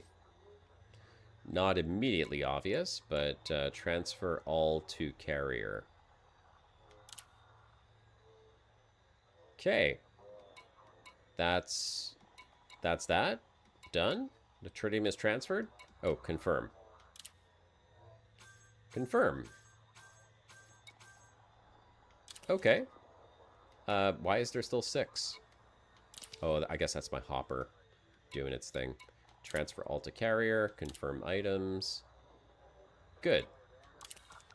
Inventory empty. Now I guess we just have to come to advanced maintenance, limpets, and buy more limpets, right? On carrier menu, you have donate, which is from ship cargo to carrier fuel tanks, not cargo. Yeah. Okay, from hopper, that's why you got crashed, because of the hopper. Yeah, apparently the hopper is a little too hoppy, a little too jumpy. All right, so that worked out, and 111 was probably a bit too much. We'll just take 100 this time. Now, I want to time it and see how long it actually takes. Holy crap. Oh, wait, I did start late, and there was a bit of setup time there, and there was a bit of talking as well. Okay, we're going to do speed run. We're going to see how long it takes to actually fill up 192 inventory space of tritium. So, buy some limpets. We're going to come over here. We're going to exit over here, and then I'm going to pull up a timer. Let me get my clock up, because I want to see how long this actually takes. So I've got my stopwatch over here. Reset. Okay, perfect. Reset. We are going to launch, and I'm going to start the stopwatch. Oh, crap. Yes, scanner, Alex. Okay, sorry, resetting the stopwatch. Bone move, bone move. We will do this. Yep. DSS, thank you, boys. Thank you, kind gentlemen. I will go ahead and get a DSS. Hopefully I have one to get. Docking request accepted. I do not know. Maintain an appropriate speed during approach. Aha, perfect. It's right below us. Straight down.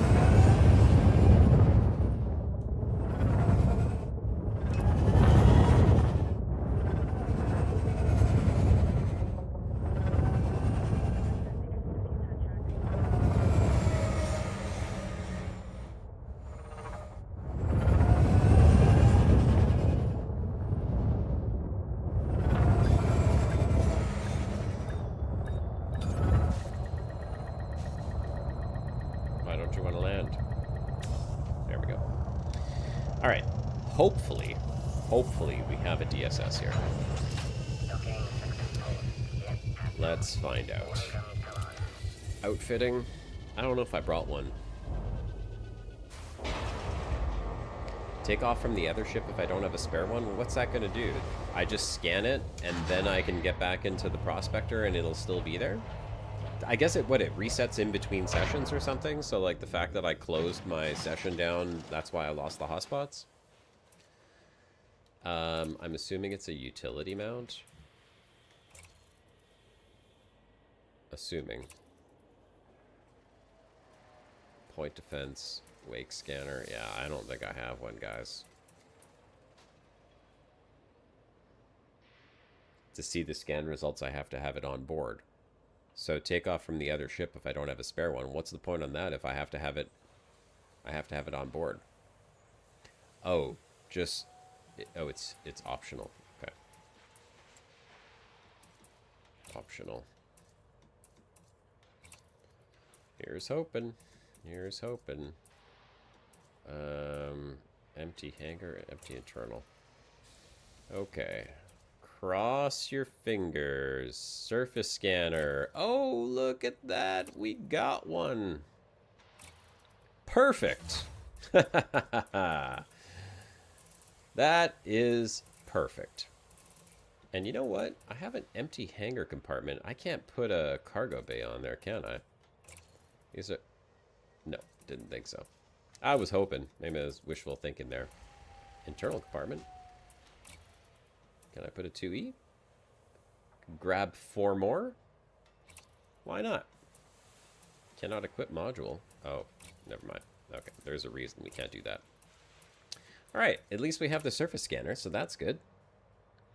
Move it to the other side and add more cargo. Add Nomad too, so I can explore on this. I don't think I'm going to explore on this, Alex. But where would I add more cargo? Add more cargo with the... Oh, I could put it on the 2. Oh, yeah, I see what you're saying. No, I can't because it's going to add too much mass. I'm basically out of mass on this ship to add anything more, so it doesn't really matter. We're good to go. That's all we need to do, boys. All right, refuel, launching, starting the timer, stopwatch is going. Now we do this for real. Could have rowed with me, but that's risky. I mean, anyone can multi-crew into this ship, right? All right, let's go. Let's go.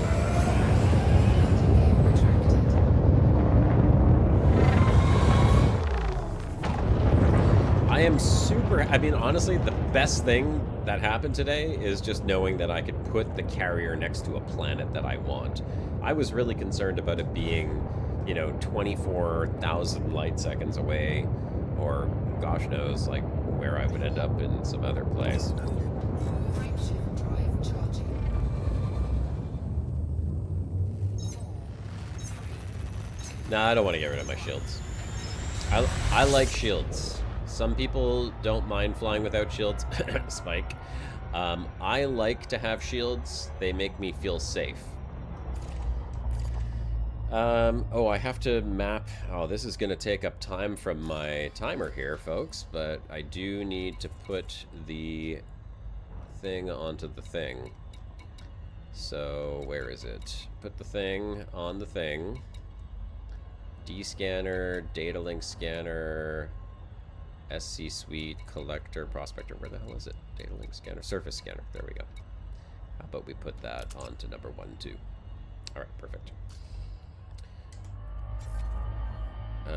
We want... Oh, I could see them now. That... Okay. So I just have to have it on the ship. I don't actually have to do anything more. Yeah. Perfect. So does that mean... Yes. Look at that. Okay, perfect. That's great. So now I can just go Tritium hotspot, lock destination, and we are good to go. My prospect, my little scanner is just flying around the planet right now, zipping to the other side. I could hear it ticking away. Okay, good. Nice. This is exactly what I needed. Yeah, right, Phoenix? I mean, I'm not gonna say I'm not willing to take chances, but when it comes to exploration data and the amount of exo that I'm carrying at any given time, I don't want to lose 3 billion credits. Hell, I don't want to lose 500 million credits. So, shields are good. And this is Elite Dangerous, you know? Weird stuff happens. I launched my Nomad yesterday. I was playing a little bit. I launched my Nomad a couple of times, and you know what happened? From 2 kilometers up, I launched the damn Nomad, and... Oh, Jesus. Seriously? How come that just happened? That's not good. I launched my Nomad from 2 kilometers up, and the Nomad went straight into the ground. I screamed. My wife was sitting behind me. It was like 11:30 at night. I was like, "Oh crap!" I swear, I thought I was gonna die and just explode. It launched straight into the ground from 2 kilometers. I had no control over it. That was such a terrible drop-in. I don't know why it dropped me in 100 kilometers away.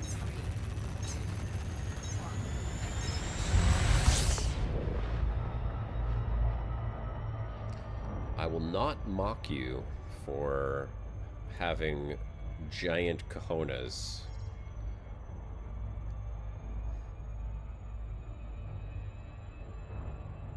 Alright, let's drop in here proper. There we go. You did the note shielding for years because the was not going over 50 light years with them. Times have changed. The Caspian is much better. 100%. Fully agreed. And I will not mock you, like I said.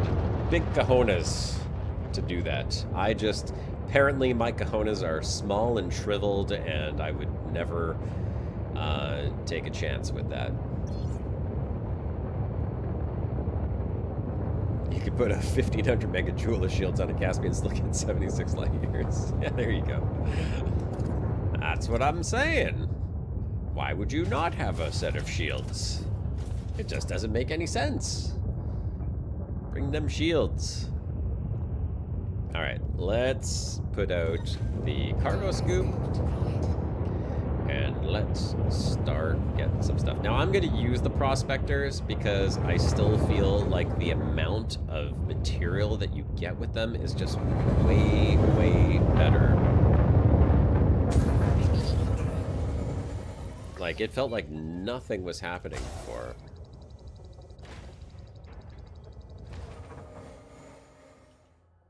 Where is it?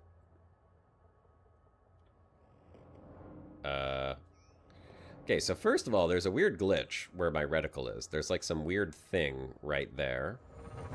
I don't know what that is. And second of all, my prospector limpet just didn't shoot out.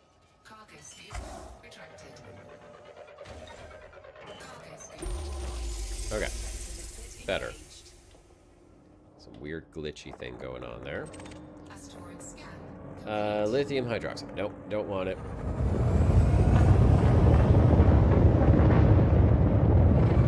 Let's start getting ourselves some tritium. That's what I want.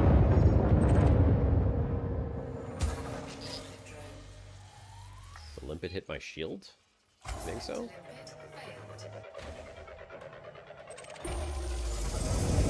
8% tritium.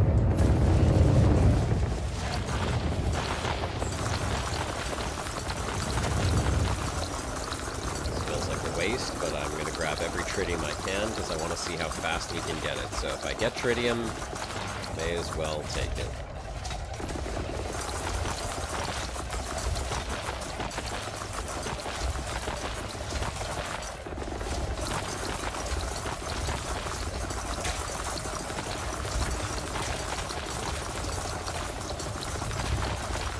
Yeah, I did. Thank you. I was noticing that the repeater was just shooting a little slowly there.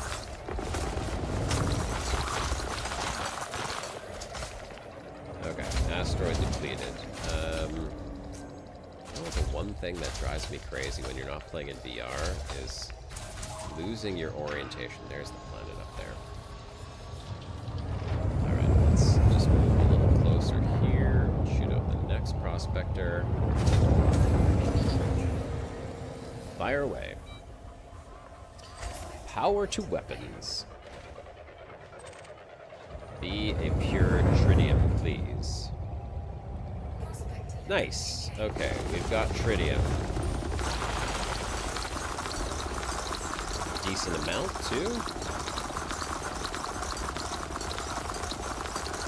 So, it took already almost 8 minutes just to get here, but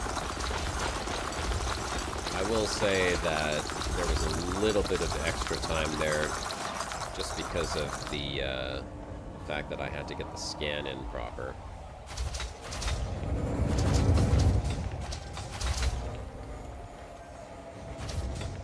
This is a big asteroid, too.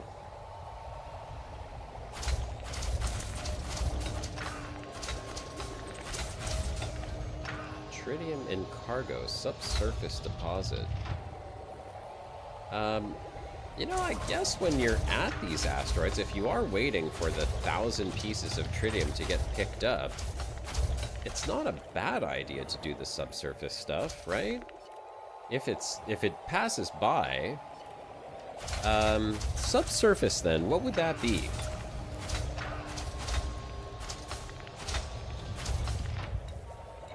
So, subsurface would be...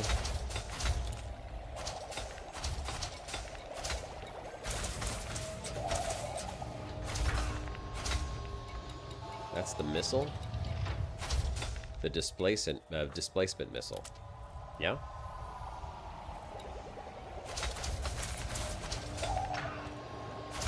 So, not seismic charge. Seismic charge is for the core. So I'm going to put that to 2. I'm going to add the collector is there as well. So that makes sense. Okay, good. We're not going to do that right now, but I wanted to have it set up so that I can do it.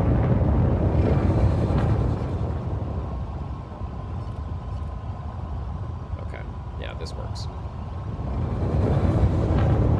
Because if there is, I mean, may as well grab them. I don't know how many chunks come out of that, but better than nothing. Better than just sitting around and waiting for tritium to appear.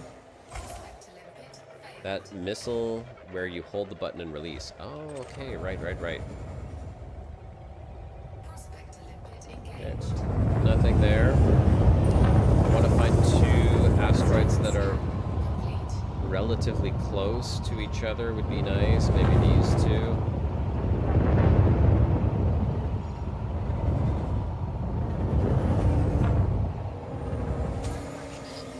Let's try this one.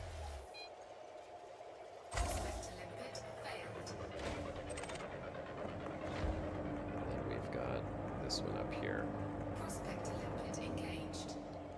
2% tritium there. That is not enough.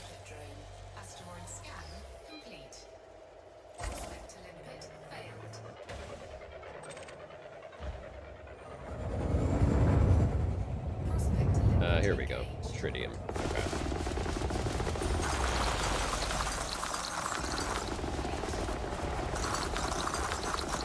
You know, it takes a while for the asteroid scan to actually complete. Do I have to wait until it says complete before I start mining if I want to benefit from the maximum prospecting multiplier? Or is it just the second that the prospector lands on the asteroid?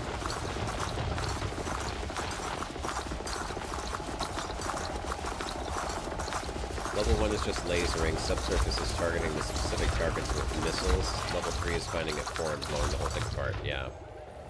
Okay, nice. Thank you. That's exactly what I was thinking. But I was not 100% sure. Whoa.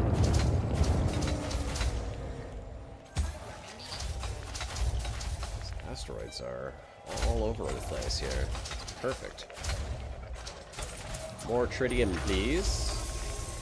7%. Better than nothing.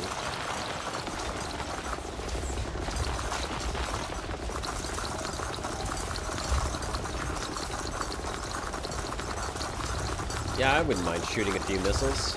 It'll make me feel good.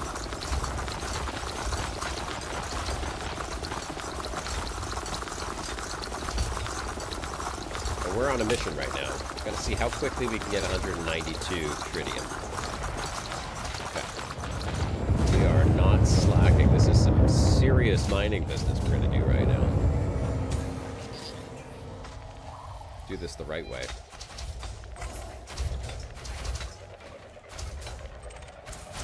Alright. There's only 3.2% tritium there. It's not worth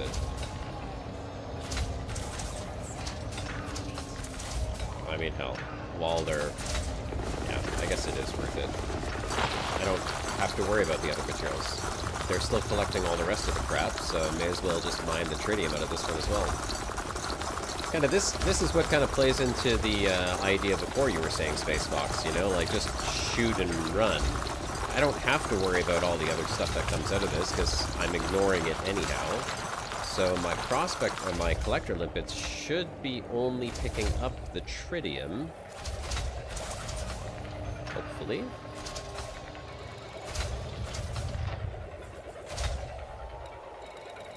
Oh, and materials too, but I guess that's not that big of a deal. Just make sure. Oh, no. It's all garbage, all garbage, all garbage. Yeah, so it's ignoring everything. That's exactly what we want. Tritium water. Tritium water. Okay, perfect. And then, of course... Oh, sounds like they are done. No, they're not. And, of course, we have to check to see what's going on here. We're only getting tritium, so that's good. This one does abrasion.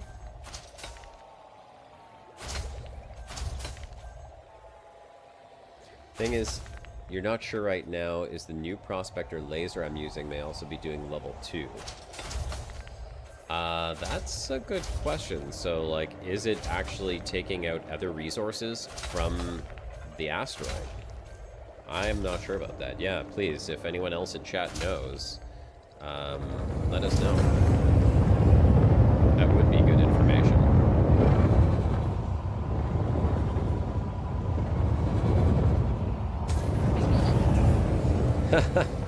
I like that. Little swarm of asteroids right there, or a swarm of limpets just spinning around.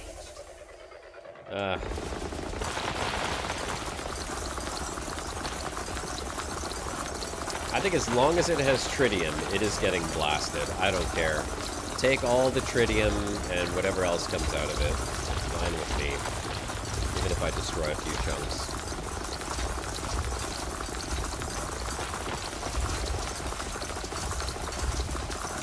I guess what I should probably think of, though, is, like, if I'm going to head to that asteroid over there, I want the chunks to kind of go in the direction that I'm going to be flying.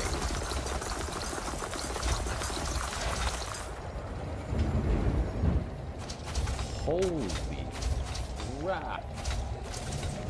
Okay. Wow. I thought that was the game, and that was actually some serious thunder outside. I don't know if that got picked up on my mic. Heads up, folks. It is pouring rain, and apparently some serious thunder going on outside my house. I had no idea, because I've got my headphones on. But, I do live in the sticks, and sometimes this will cut the power out. So if I suddenly freeze and the stream doesn't come back on, that would be the reason why. Apologies ahead of time if that does take place. Hopefully we'll cross our fingers that we don't lose power, but man, is it ever pouring outside. That thunder just scared the poop out of me. Okay, no tritium there.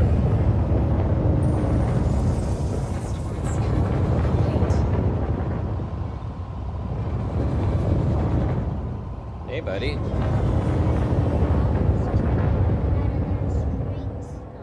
Did you... Oh, you made me an office chair out of pipe cleaner? Oh, thanks, but did you hear that thunder just a second ago? Was that scary? My guinea pigs got scared. Your guinea pigs got scared, hey? Yeah. Yeah. Scariest moment of my life. The scariest moment of your life. Yeah, that was definitely... That was a scary thunder, hey? They were like running to me. They came running to you? The guinea pigs came running to you? Yeah, I was looking at them because they wanted me to keep them. Yeah, I'm sure they wanted you to keep them safe because that thunder made them scared, and guinea pigs are sensitive to scary sounds, right? Yeah. Oh, thank you, buddy. He made me a office chair out of pipe cleaner. Thanks, pal. I'm going to put it on my desk, okay? Would you mind closing the door for me? Got tritium here, but there's just like nothing in these asteroids. Yeah, well, hopefully I mean, I don't think it's going to put out any wildfires here in Montreal. We just don't have any. But hopefully the rain passes on to wherever the wildfires are going on. It looked... Oh, sorry, buddy. It looked like an apocalypse here the other day. I looked out my window while I was working, and the entire sky was just like this orange-yellow. It was so surreal and bizarre, and it, like, lasted the entire day. Yeah. At your camp, too, hey, bud? Oh, thank you, buddy. Appreciate that. Oh, thanks, pal. Alright, you gotta go play with your guinea pigs. I'm gonna be done in... Yes, you can play with them. Yeah, you've been really good with them. Yes, you can go play with them. Are the guests still here downstairs? Okay, well, since the guests are gone, you can play with them again, okay? Alright, thanks, pal.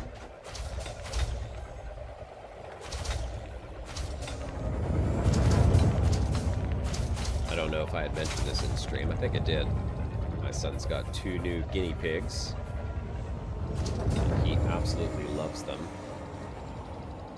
But because we had guests over before, I told him he couldn't play with the guinea pigs while the guests were over. Because they were freaking out with all the people in the house. The guests are boring. No, it's not that the guests are boring.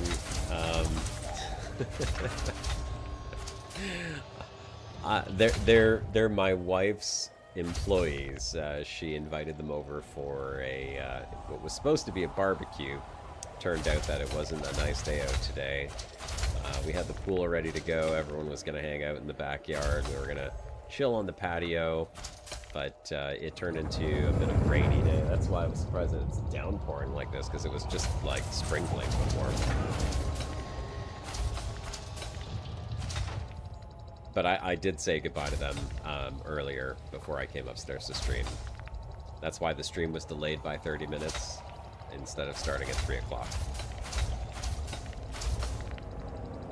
I didn't want to be completely rude to our guests. Like, sorry, folks. No interest in hanging out with you. Spent the afternoon with them, and then at 3:30 I came up to stream.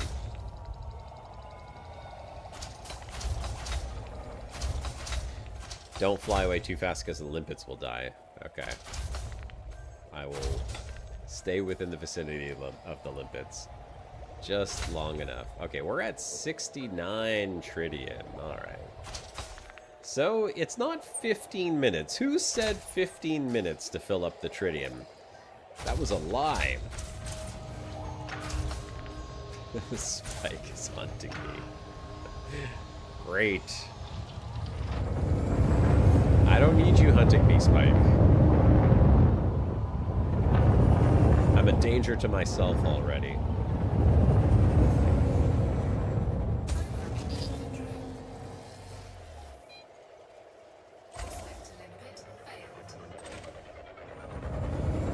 One hour, yeah, not 15 minutes. Not quite. Oh, here we go. Big tritium. Big tritium. That's what I'm talking about. Big money! Here we go. I mean, if I have to fill up an inventory of 25,000 tritium, this isn't a one-person job, guys. I spent 1 hour to load 500 tons to my carrier in the bubble. But were you mining that 500 tons, or were you purchasing it? I mean, there's a difference, obviously, right?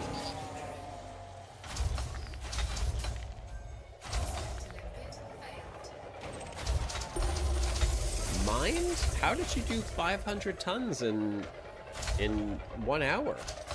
I mean, I'm at 22 minutes in a tritium hotspot that's pristine, and I don't see how I can do 500 tons in an hour. It's already been over an hour. It's 22 minutes, and I've only got, what, maybe 70, 80? Tritium mining needs anti-nerf. What, they nerfed it? That's unfortunate. I guess it used to be way better.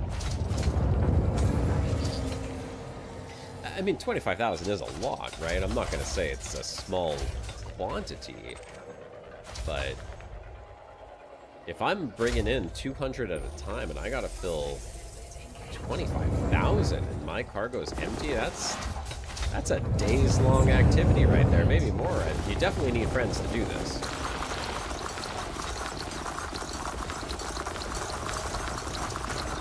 You're already going faster trading than I've tested, so yes, ignore my previous estimate. Okay.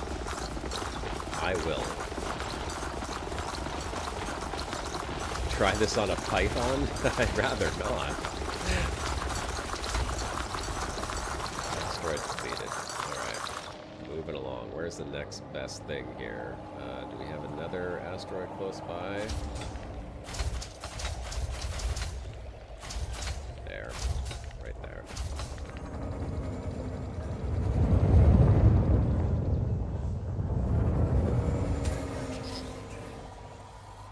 This is a pretty dense asteroid. Or a pretty dense ring cluster, too. There we go. More tritium here.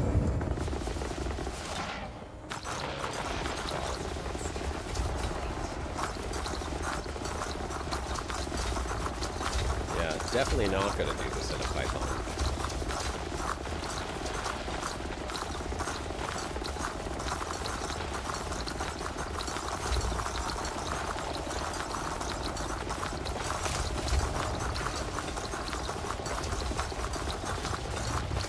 I don't know if it's just me, but I will say that it seems like the limpets last a lot longer than they used to. When I used to do mining, my limpets were like constantly blowing up. These guys are hardy. I think I checked this one already. As you fly forward too much, usually you could get a rock behind or above you. Yeah, oh, I did do that one. That's what I thought. Asteroid scan complete. This isn't too bad, though. It's pretty chill. In a way, it's like exploration. You're just exploring little mini-worlds. Hoping to hit that stratum tritium tectonicus. There we go. 2%. Whatever. Mine it out.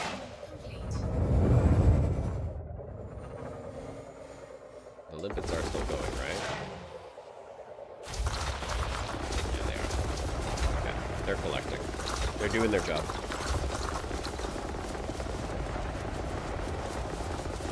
Keep going, little guys.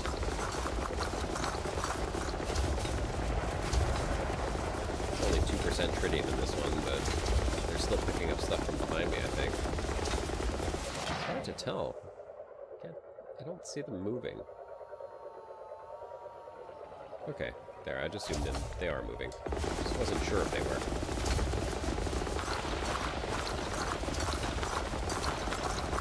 Grab all this. 26 minutes, 45 seconds.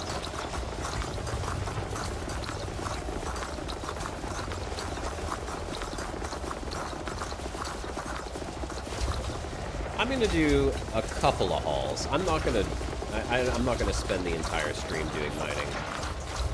So I'm just like I said, it's nice to kind of do things different, but it's not what I wanted to spend the whole stream doing. I will spend the last part of the stream going to check out that blue star, see if I can't figure out where that was and what it was. There's that little glitch again, right there in the crosshairs. There's like a weird little visual glitch going on right there.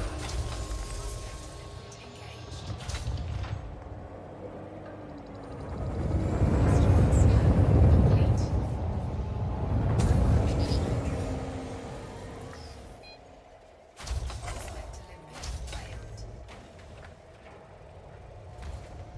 Prospector limit failed. Prospector limpet failed.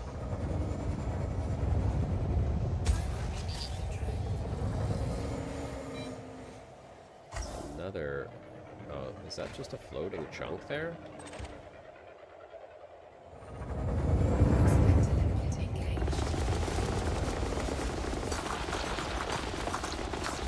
Better than nothing. 7%. Okay, we're coming up on 30 minutes of mining now. I'm going to see how much I have at the 30-minute mark. Based on that, I should be able to gauge how long it would actually take to fill up an entire inventory.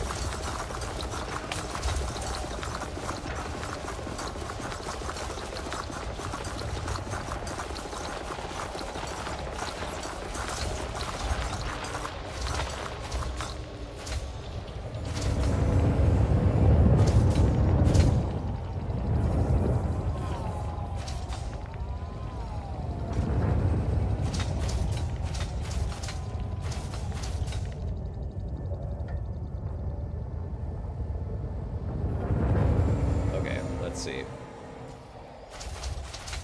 We're at 125. So let's say around 130 in 30 minutes. So let's do some math. 25,000 divided by 130. Ooh. 192. 192. That was for 30 minutes, right?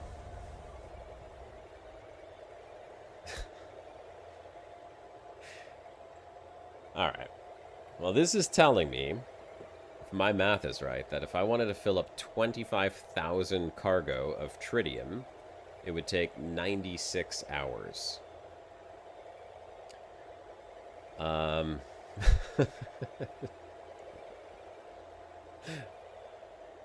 That's 4 days of non-stop mining. How is that possible? Hold on. Did I do the math wrong here? 30 minutes for 130. So in 1 hour, that would be 260. So wait, let me do this again. 25,000 divided by 260. Okay. Yeah. 96 hours. So you won't be, I mean, if it's at this rate at least, you're not going to be filling up your 25,000 cargo space if it's on empty in any short period of time. That's for sure.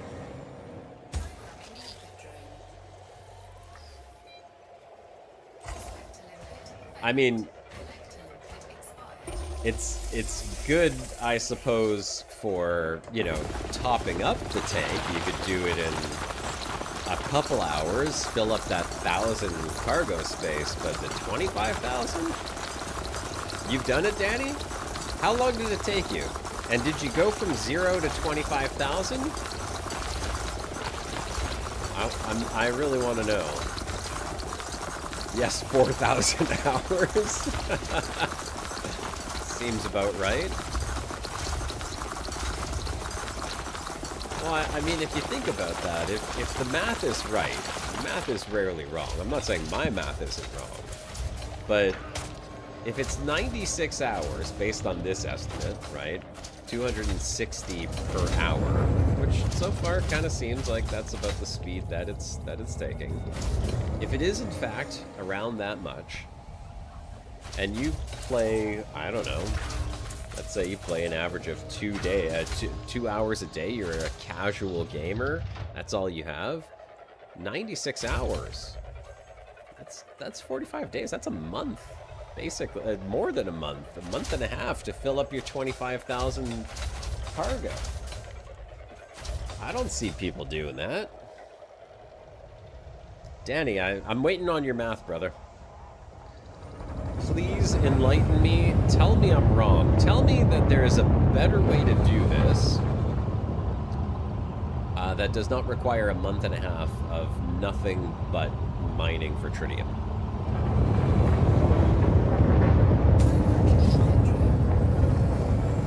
The way I'm mining is going to take a while, Brandon. Well, tell me the better way to do it. I can take the criticism. I'm not gonna be upset about that. But if there's a better way, I need to know so that I don't do this. Is it because, like, what is it about the method that I'm using that's taking so long?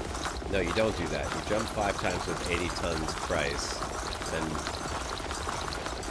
mine 1 hour to recharge. Subsurface. So subsurface mining, Danny. Okay. Carries a beagle point. Pop multiple prospectors, choose only 20% saturations or more. Okay. Yeah, 4,000 minutes or 96 hours. So when you say pop multiple prospectors, let me do a test here. So I shoot off a prospector because maybe this is what I'm doing wrong. So I shoot my prospector. There it goes. It's going to hit that asteroid over there. 2%. So basically you're saying skip that, right? Because we don't want that. It's garbage. Shoot off another one here.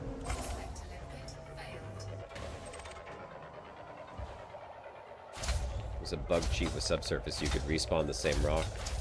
Oh. Well, I mean, that's no good here. 14% tritium.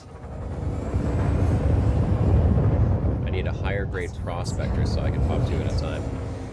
You know, that's a really good question. I don't know what grade prospector I have on this thing. I didn't think it was a bad one, to be honest, but maybe it is. My prospector game is weak, apparently.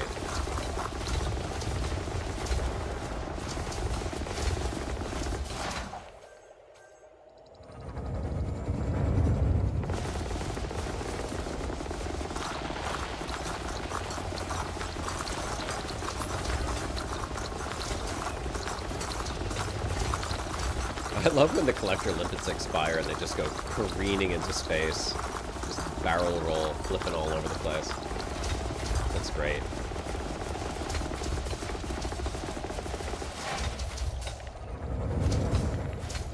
A-rated prospector gives highest yield.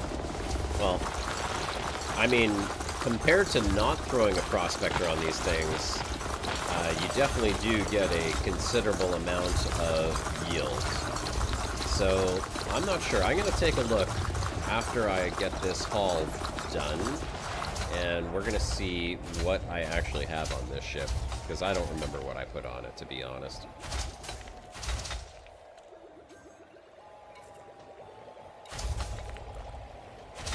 Let's see. I can take a look here. Mining, multi-limpet controller, that's a 5A.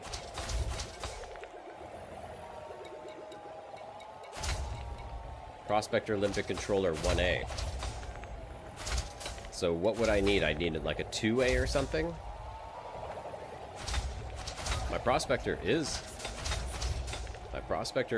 A-rated. So is it just that I need like a 2A in order to get more space? Or more limpets?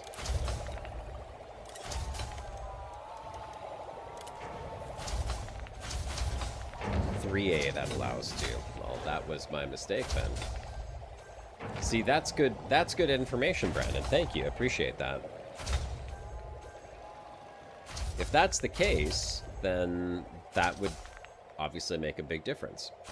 You know, if I don't know if it's the grading or just the fact that I would be able to shoot 2 off at a time.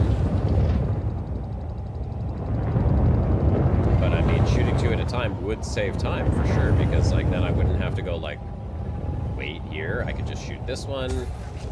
I could shoot one over there. Let me see. Let's see what happens here. I'm gonna let that one go. Oh, that one was not supposed to go that direction. It's supposed to go here. Try again. Well, that one's flying away. Let me see. Oh yeah, it instantly disappears as soon as the second one shoots out. So yeah, I can't shoot more than 1 prospector at a time. So that is a big that's a hard stop right there. That's a hard stop. B Jammin', good to see you, my friend. Thanks for joining in. I was wondering where you were.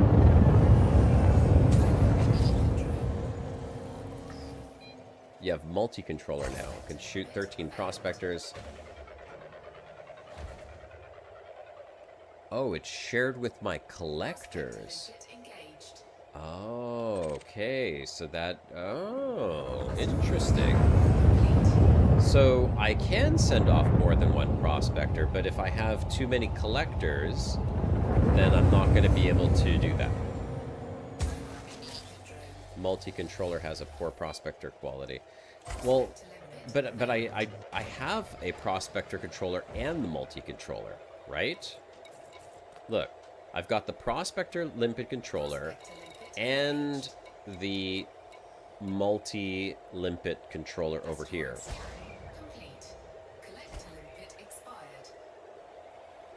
The 1A is dedicated, but you can use for multi-prospecting too. And I am using the prospector. At least I'm pretty sure I am. Let me check something here. Oops, I did not mean to do that. So if I go to my fire groups, I'm pretty sure, yeah, I'm not using this prospector down here. So I do have prospector down here, and I have prospector up here. But what it sounds like you're saying is that I should be using this one because this one has a better yield multiplier on the regular prospector, not the multi-limpet controller, right? Like that's what I'm understanding. Keep using the 1A despite the fact that I can't send off 10 prospectors at a time. That's the benefit. Because if that's the case, then I will continue to do that.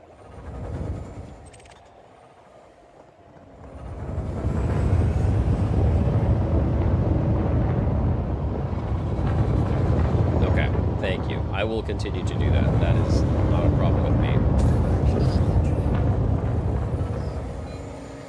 Yeah, it takes a little longer, but I mean, I guess that's the price you gotta pay for not knowing what I didn't know.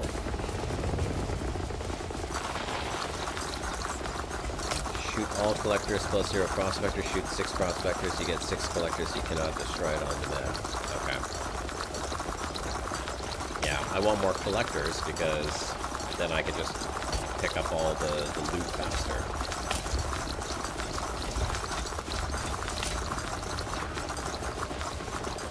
Yeah, no, it is. It's a learning experience. I mean, that's what Elite Dangerous is, right? It's always a learning experience. But I'm lucky because I have you folks to tell me what to do. I can't imagine, you know, just some random commander playing on their own trying to figure this stuff out. I mean, it's like raising a kid. It takes a village to know all this stuff. You know, I think back in the day, and it's funny because I was watching a YouTube video on this the other day. Raise your hand in chat if you played Ultima. Not Ultima Online. Ultima. The floppy disk version by Richard Garriott from way, way back in the day. Hands up, anyone?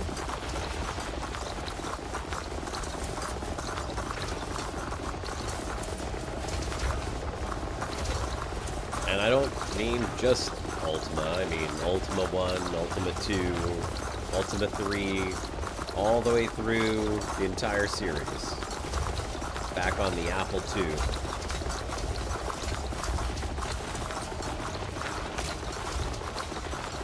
You started with Ultima Online?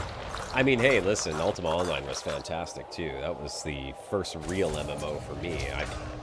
I lost a lot of hours in Ultima Online. Could have done a lot more with my life back then, too. I know I'm bringing up some ancient stuff. Cargo bay full. Hang on one second. Anyhow, the reason I bring it up is because I was watching a YouTube video. Hold on one second. Let's do this. Let's get rid of all of these. And hopefully we'll fill up the last bit of space. I was watching a show on this, how Richard Garriott, how old he was at the time. He was like 16 years old when he wrote Ultima on the Apple II. And he, you know, released this game, and he was one of the first people to release games and say, we need to do something more than just put these floppy disks into a bag with a piece of paper that has the name of the game. Because I remember that. I remember buying games literally in a bag with a piece of paper that said the name of the game on the front of it. And that's how you got your games. And then Ultima came out, and it came in a box. It had a map. And then some of the later versions even had different things in it. They had like little skulls, or not a dice, but like, I don't even remember what there was. There was just all these little tiny things that came inside the box, and that map just made you feel like you were connected more to the world.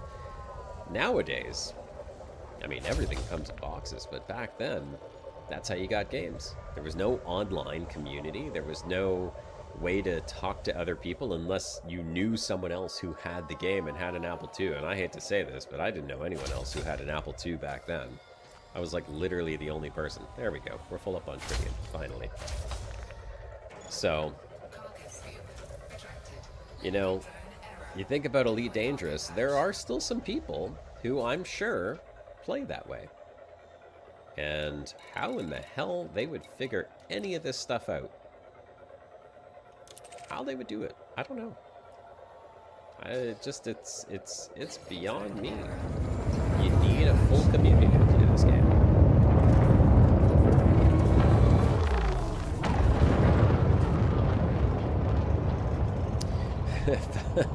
Ultimate was before, but if you need information about Diablo 1 or Morrowind, I'm your guy. Yeah, I been there, done that. Played both of those too. Man, I remember Diablo 1. What a great game when that came out. I mean, still a great game.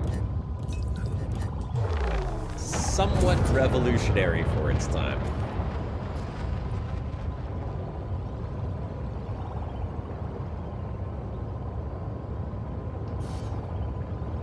It's designed to make you seek out others for information. Yeah, very much so. I mean, it is an online game, right? Despite the fact that you can play solo, it's still technically online. I know some people choose to play solo, and that's fine.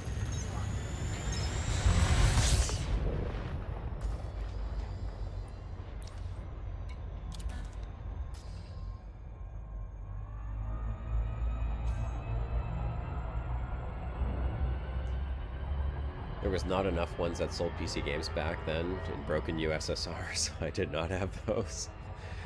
Oh man, yeah, that would be tough, I guess. You never passed the first room in Morrowind right after the ship. It was too boring for you, but you love Skyrim.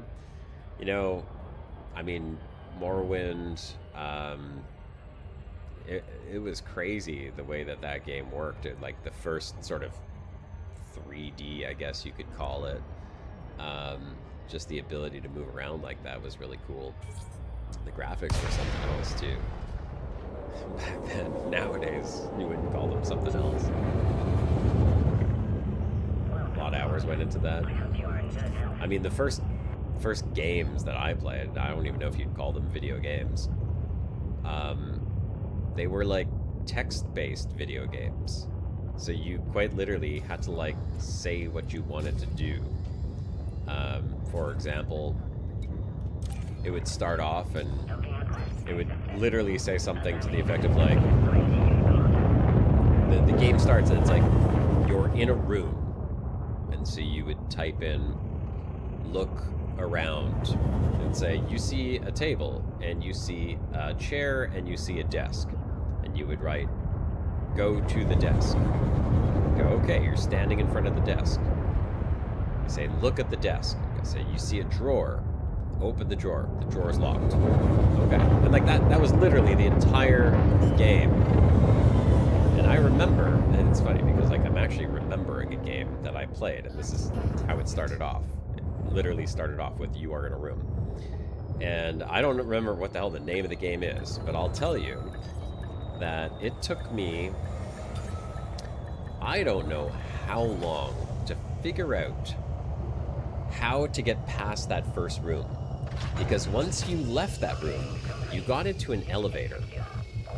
And when you got into the elevator and pressed the button, no matter what you did, the elevator would start to fall. And you would see the numbers of the floors flashing on the screen. And every single time the elevator would crash and I would die. And I was like, okay, well, I'm dead because the elevator fell down. So what can I do? By the way, it took about 45 minutes for that 192. Eventually, and I don't know how many times I gave up on the game before I came back and finally figured it out, you had to type jump.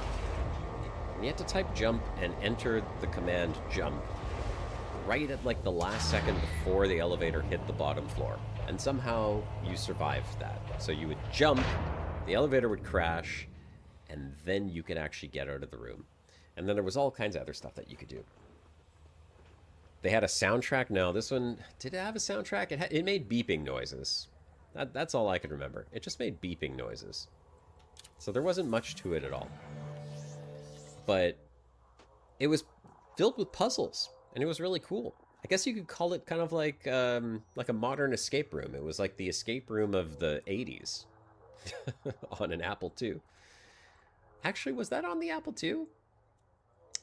You know what? I don't think that was on the Apple. I think that might have been on like a Commodore 64. May have been on the Commodore 64 that I was playing that. Yeah, I think it was.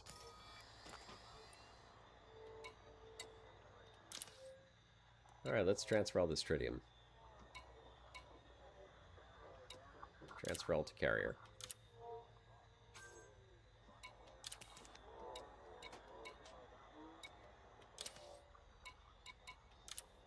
Okay, well, there's the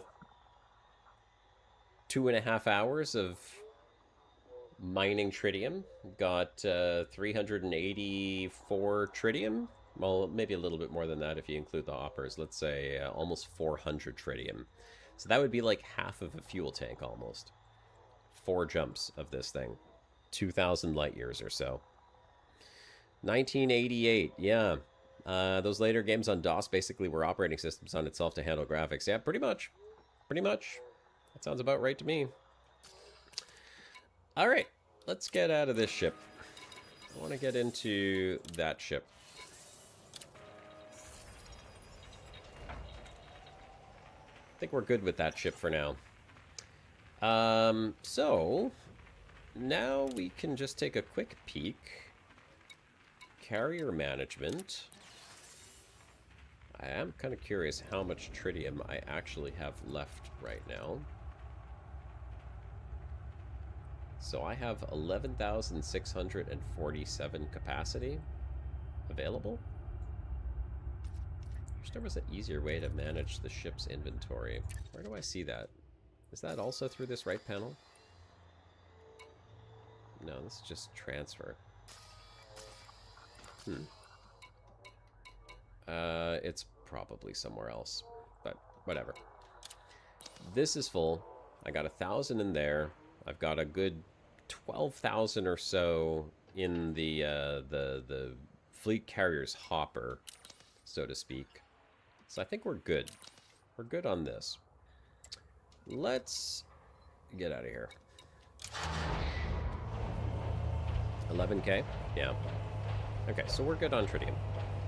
We'll go explore for half an hour or so. Before the... oh, crap. I did want to sell my cartographic data. I kind of forgot to do that. That's not that big of a deal, though.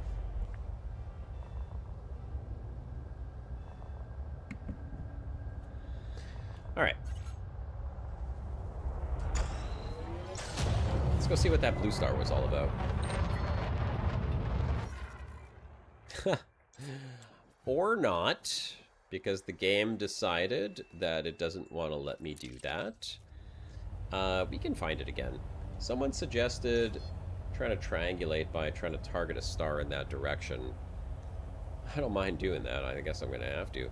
No, I bookmarked it. I bookmarked it. So, you know what I could do? Yeah, we'll try to triangulate it. Let's see if we can't find where it was. Okay, there's Andromeda, there's the Monkey Head, so it would be right there. In that direction. So now we want to try and tag a star that is roughly in that direction. Let's see. Where are we at here? Monkey Head. Okay, so let's try that one. Nope, we have to change this to fastest.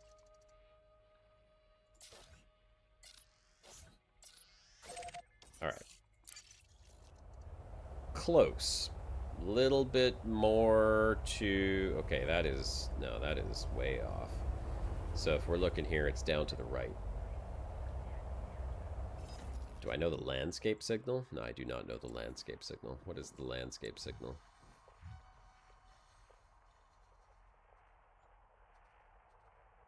Let's try aiming that way. Okay, we're getting closer. A little bit more to the right of that one.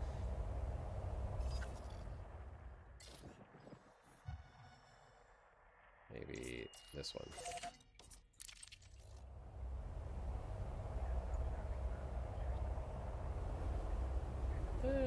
Getting there. So it's actually kind of more up.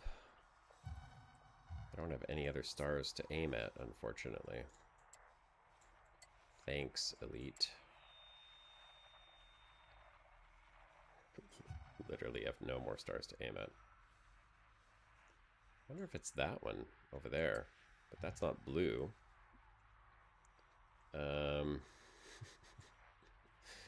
I love how the stars populate in this game.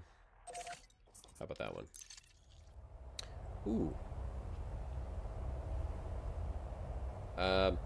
Wait a second. That's really close. Okay, so that's just like 2 more stars off to the... Which way are we looking here? We're almost there. We almost got the direction perfect. Okay, so... Let's try this one. It actually might be that. Whatever that little speck is right there. That could be it. I bet you it is. I bet that's what it is. Okay, let's see if I can get something else. This one is going to be too far. Yeah. So we're off here.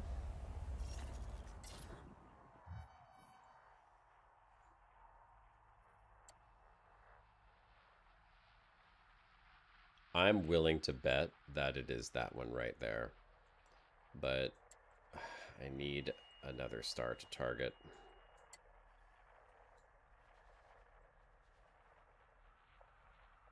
I need something else that's close.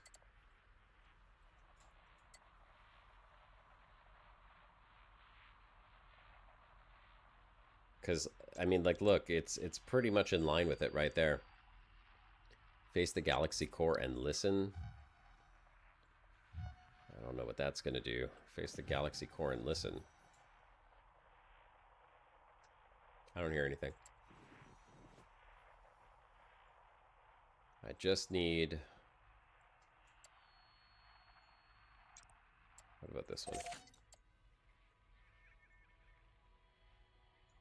Okay, hold on a second. Let's take a look here. Where's my...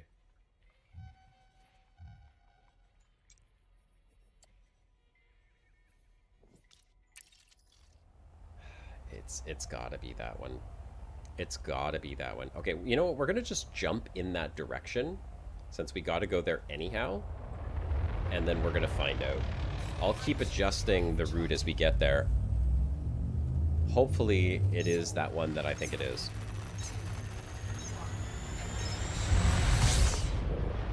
I don't have a filter on for when I'm in realistic mode.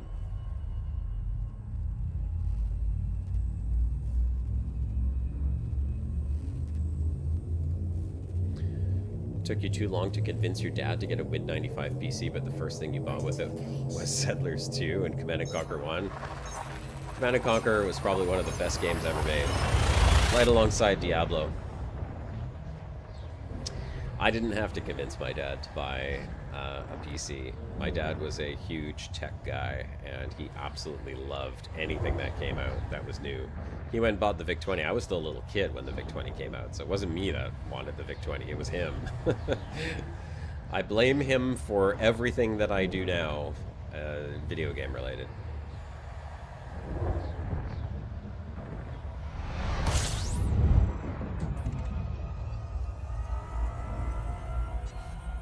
Alright.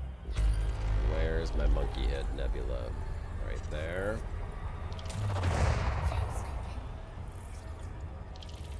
There's my Andromeda. Where's my blue star? It's there. Straight ahead. That's the one. Okay. So, let me see here. Gotta adjust trajectory a little bit, and now we might have a better idea as to whether or not that is... Yeah. I bet that's it. That's why it's so damn blue. Because it's whatever that is. Here. This is going to be pretty much pointing right at it. Look at that. Should be right beside it. Yep. We found it. Okay. So I'm going to just continue jumping there. Actually, hold on. Before I do, let's see how far away that actually is.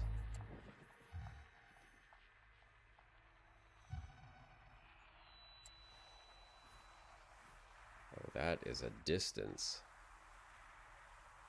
What in the hell?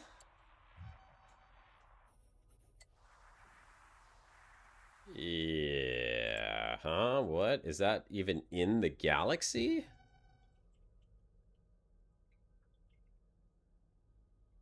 Yeah, I don't even know if that's in the galaxy. That white dot right there? That's not. It can't be in the galaxy. I am outside the galaxy right now. So whatever that is, I can't get to it. No. Okay, you know what? We'll just... I guess we'll just jump there and see what happens. I'll try to... Maybe it is a star and not that little speck? I don't know. What do you guys think? When I pointed at this star and aimed right at it, it was pretty much right there, lined up with that little bright dot, which is clearly not a part of the Milky Way. But I'm wondering now if it is. Could be a star off in the distance.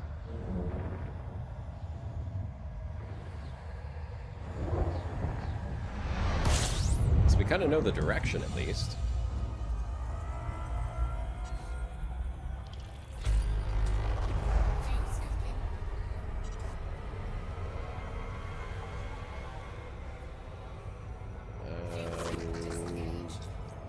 Where is it?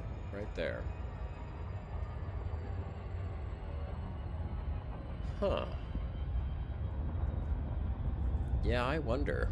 I wonder if this is even in the galaxy, or if that is somehow an artifact of the game.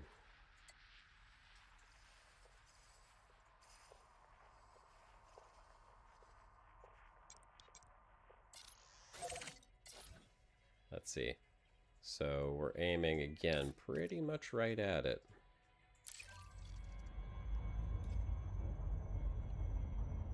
I think it's kind of blocked by the circle.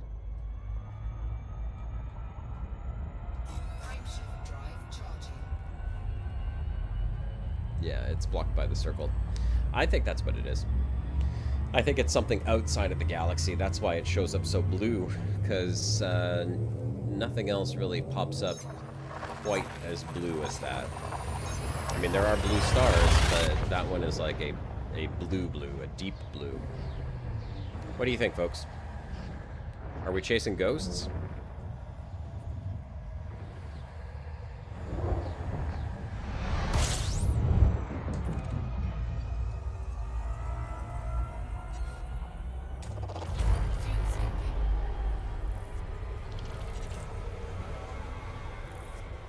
is it worth pursuing that little blue dot? It shouldn't be blue. No, you're right. It really ought not to be blue. It should be like a little white dot. Okay, so there's the dot again. I can see it right here, clear as day. It looks super blue. I mean, at least it's easy to find when we're here. Okay. But, I mean, like, look, there it is again. And here it doesn't look blue. I mean, call me crazy, but that does not look blue on the galaxy map. Now, if only there was a way to go in a straight line from here.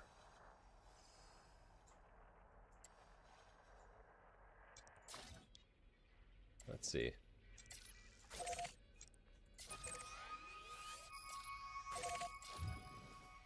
Oh, it's definitely not there. It's got to be up more. Could try to kind of like use that as a guide and just kind of like zoom out here until I see something bright blue pop up. There's that star. That is...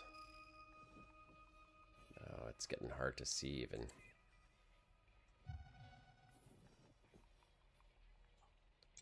It's more like this.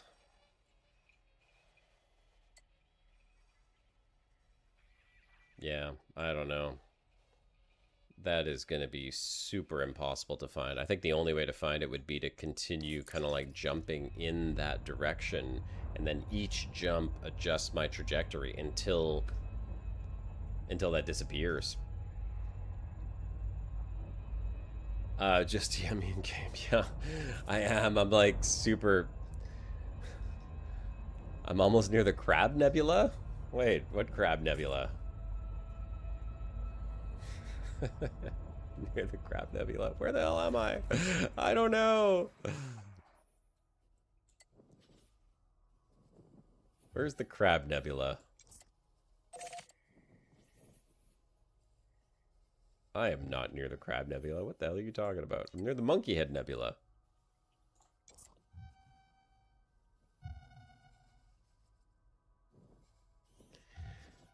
So it's not the star that I bookmarked over here, obviously. Oh. But, like, look at this one. And no, this is not it. But this one's also another pretty bright blue one. I don't know. Crab Nebula is straight down? Why don't I see it?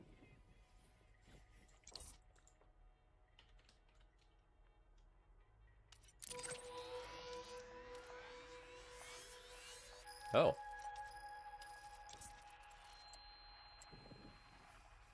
Yeah, that would be the Crab Nebula. 1,600 light years away. Wow, I did not even see that. That's wild. Okay.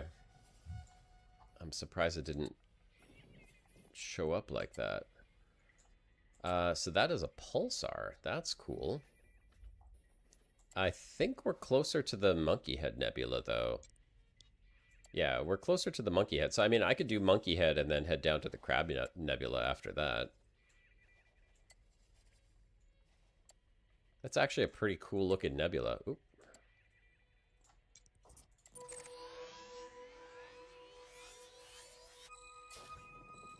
That's a really neat looking nebula. There's a station there?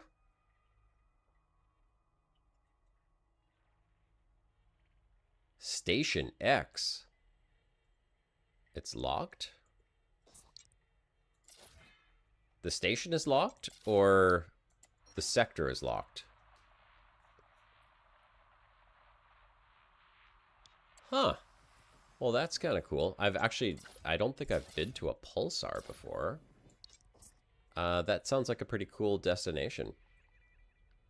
Strongest source of X-rays in the known galaxy, or in the known Milky Way. That sounds really cool. Yeah, I definitely want to go check this out.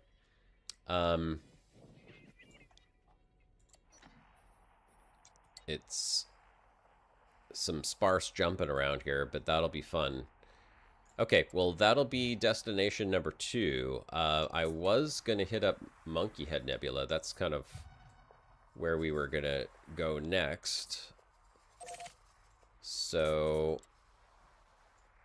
I'm going to, during this week, I'm going to jump... Well, I'll jump the fleet carrier somewhere around here. Or maybe I'll probably put it past the Monkey Head Nebula. I'll put it between the Monkey Head Nebula and the Crab Nebula. I think that's going to make sense. So I'll bring the carrier down over here somewhere. In this rough area of space. So like, say, in this... actually, hang on a second.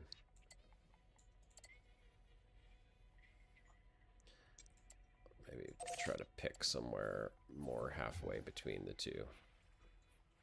Monkey Head, Crab Nebula. There we go. Disregard my jumping around. This is just because the galaxy map is such a pain in the butt to navigate. So, let's say somewhere around here. Yeah, somewhere around there. That's 21 jumps. That's probably a pretty good spot. So I'll park the fleet carrier around this area, and then we'll check out Monkey Head, and then we will check out the Crab Nebula. And then after that, let's see where we're at. Yep, we are going in the direction that we want to. So after that, it's going to be just a hop, skip, and a jump over to this arm of the galaxy, where we're probably going to find absolutely nothing at all. Maybe. I don't know how deep we're going to be able to get in here, because the stars are so sparse, but I want to at least get into this sector, so maybe around here, and then start working our way around this way.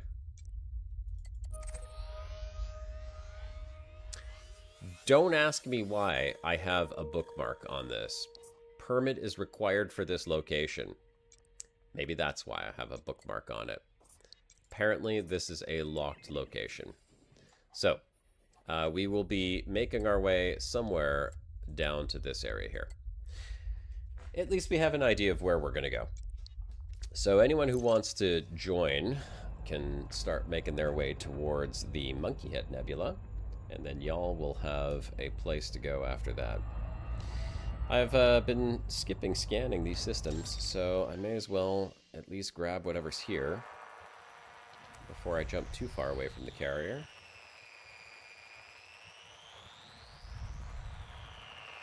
Anything in this system? Oh, there it is. System scan. First discovered by Doc Moriarty. I love how... Ooh, landable large radius body. Oh, that's a 19,000 kilometer radius. Holy crap. Okay, it's only 2.1 Gs though. Yeah, I love how you can come out this far and still randomly come across commanders who have found these systems. Just in completely random places. I did want to check something though. First discovered, it is not mapped. Nobody's landed on it either.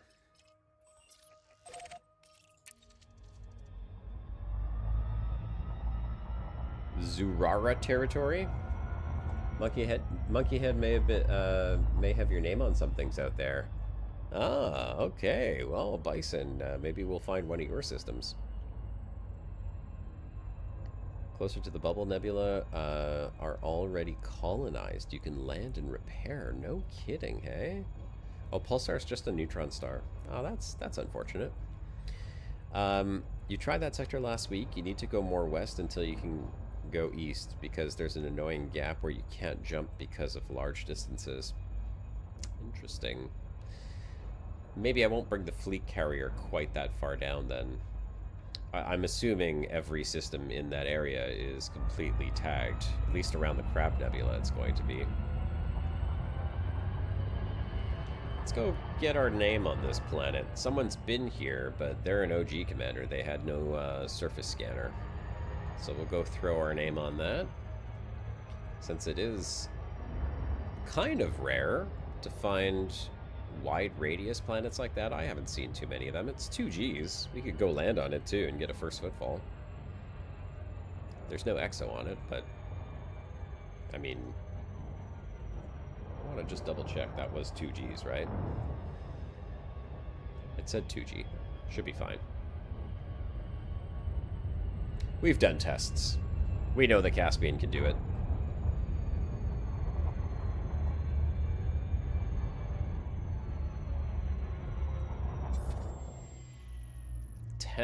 Probes. Alright, let's see how many probes I can get with my modified and engineered probes. 1, 2, 3, 4, 5, 6, 7, probably do 8.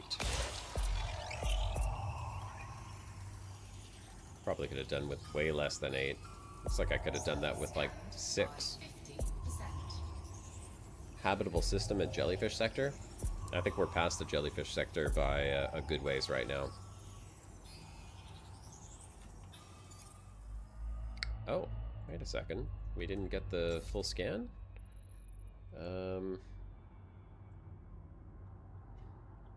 Crap. Oh, darn it. What the hell is my...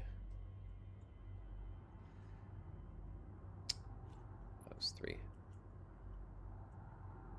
Yeah, okay. So we'll have to shoot one about there.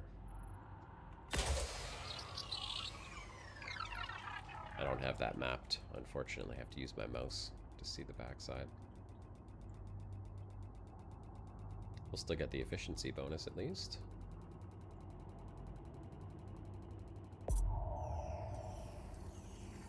Okay. There we go. Yeah. I will be careful on this planet, however, since it is... It is... 2? Let me see. 2.1 Gs.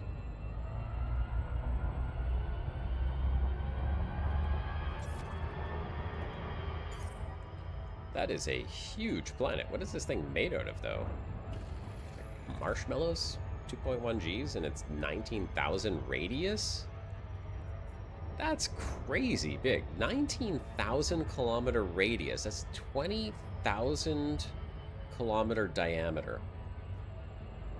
Hey Google, what is the radius of Earth?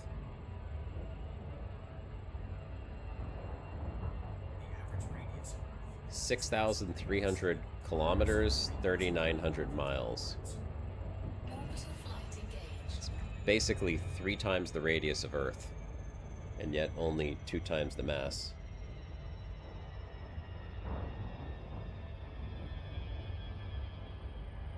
Alright, well, we're going to do a very careful landing.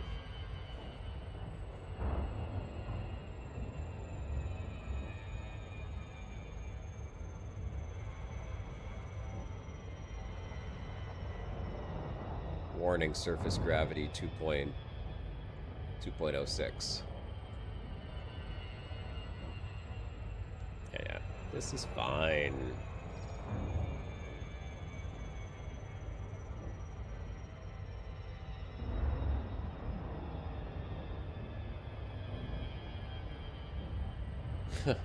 Just feels like it takes forever to get down to the surface of this planet because it's huge.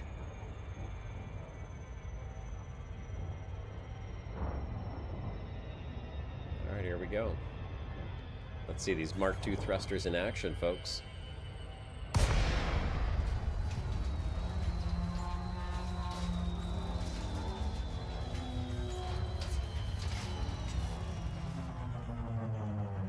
2 thrusters for the win. Seredier JXF CO is where the abandoned megaship Zurara is located. Is that near is that near the Crab Nebula?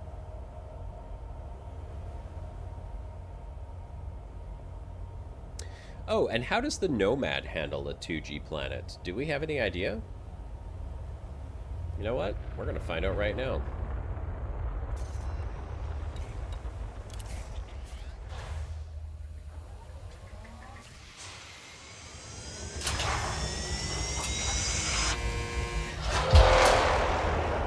Well, that's a 45G planet. Did you mean 425Gs, Alex, or did you literally mean 45Gs?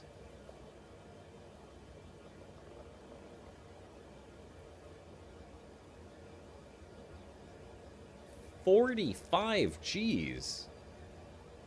You wouldn't survive on that planet, let alone be able to fly on it. Landing gear deployed. That's, like, absolutely ridiculous.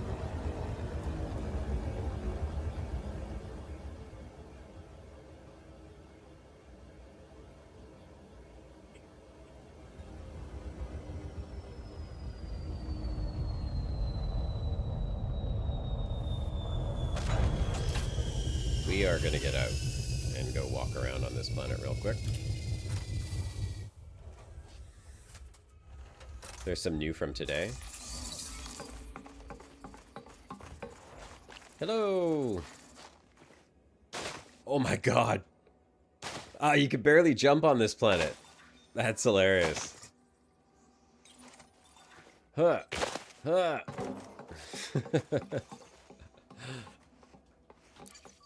Okay, cool. My feet are on. My footprints are there. It's mine. Mine!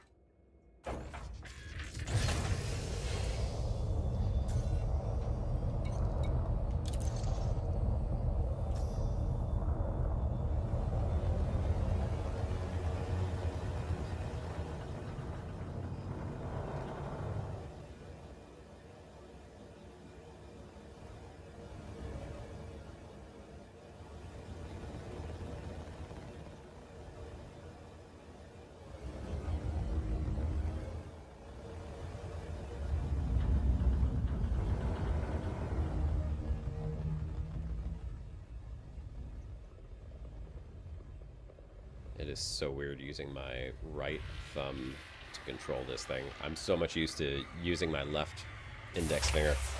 Ekinar 3 is 6.7. Yeah, isn't that the one that we did the testing on? Or was that a different one? 45 I've never seen. I didn't even think that that existed in this game, to be honest. 45 seems excessive. I wouldn't even want to try to land on that, to be honest. It just feels like a bad idea. Disaster waiting to happen. Nomad at 6G is a problem. Okay. There is a very 0 chance that I would ever try to land on a 6+ G planet in my explorer ship. I just don't see that being a good idea ever. But I will definitely check out some of the videos on that. That sounds really cool. Kind of curious how they did that without pancaking.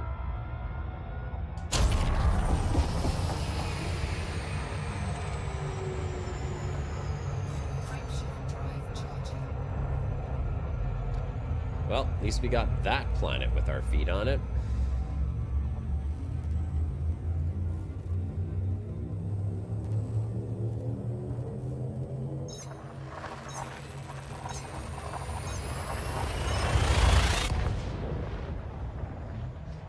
So we can put away.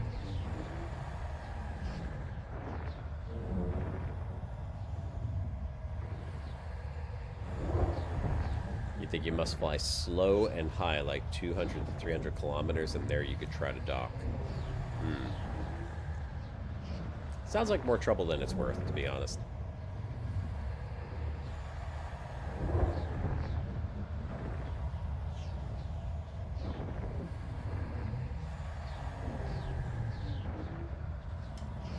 And poof, land in. Here we go.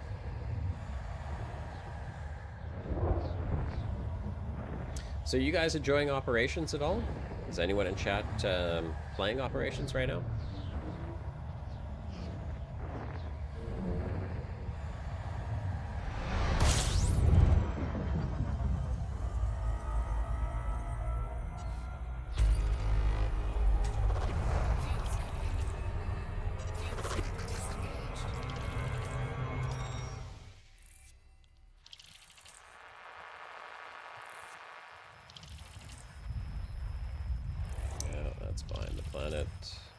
The star, rather.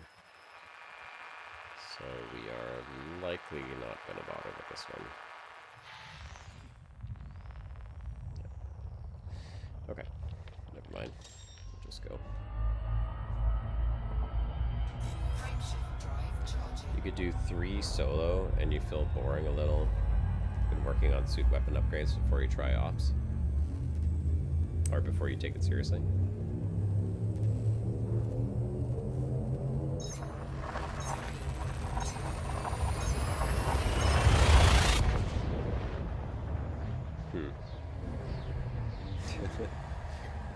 Distract you from grass.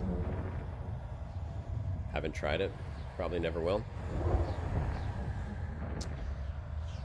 One day, maybe. Check it out. Does anyone have an appetite for a stream on Operations at all?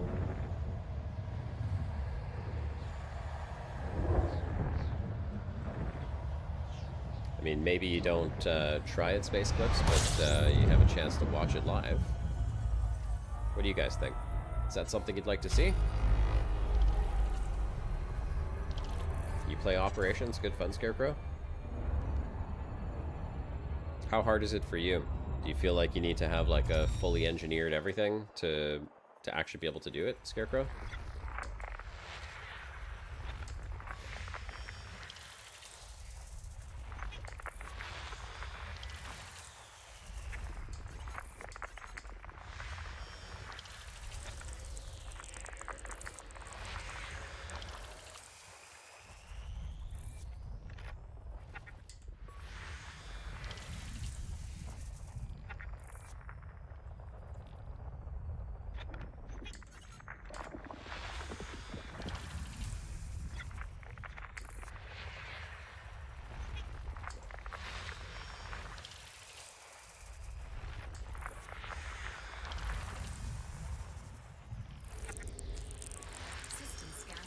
Nothing interesting here.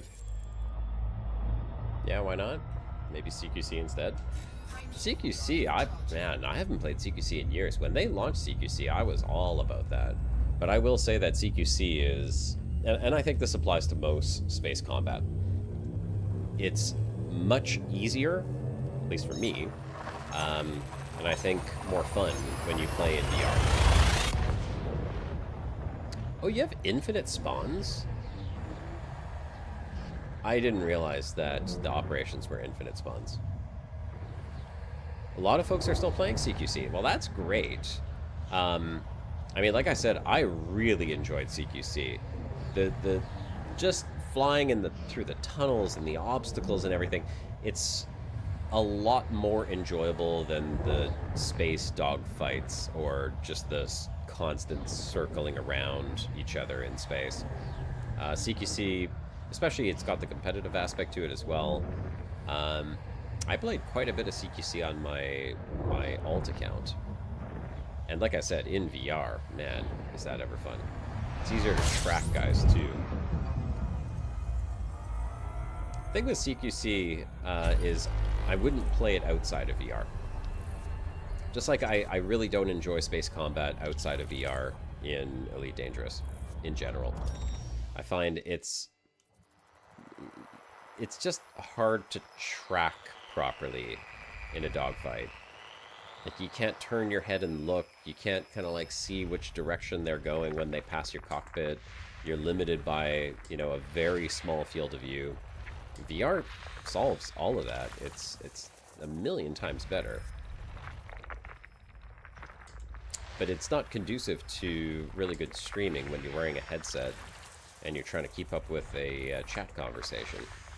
And if there was a real good solution to that, then I'd probably be playing this in VR every single time.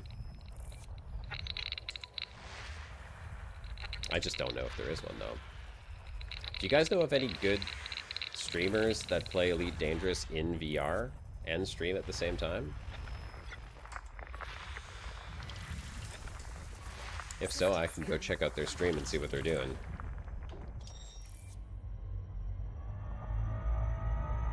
Frameshift drive charging. Father Bill?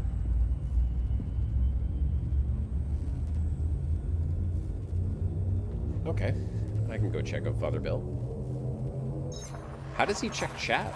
The guy with the gaming sim rig. Well, there's a lot of guys with gaming sim rigs playing Elite Dangerous.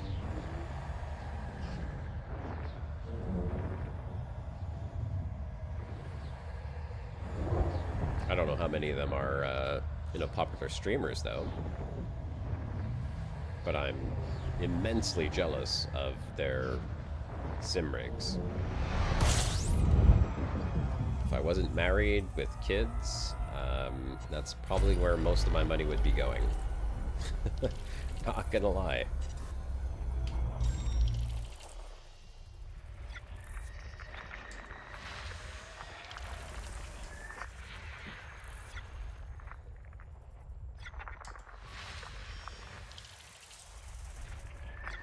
I don't have one of the moving rigs. You guys may remember from back in the day when I used to stream, I did have a cockpit set up. It's disassembled right now and in my cold room because I just didn't have room for it when I moved in my office. But even just a basic cockpit changes the feel of the game entirely. I can't even imagine how cool it would be to play Elite Dangerous in like a full motion sim rig in VR. Oh my god. That's like a dream right there.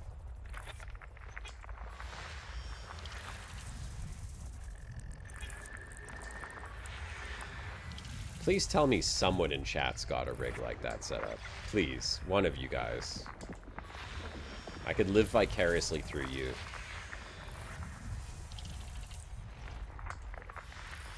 Oh, we got bio here. What do we got? AC's Cobalt. Already have it.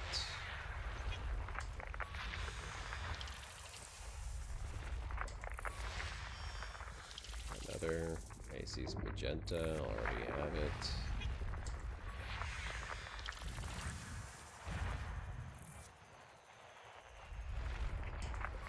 System scan complete. Geo. He does it all? With the Lord's help. Yeah. Oh, there's a chat that could put chat, a program that could put chat in VR. I've not seen that.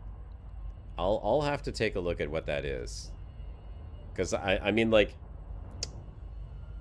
and okay, one other thing is that VR is really good for space combat because you're not getting out of the cockpit. So I would only need to hold on to my HOTAS, or in this case with my new setup, the HOSAS, stick and stick.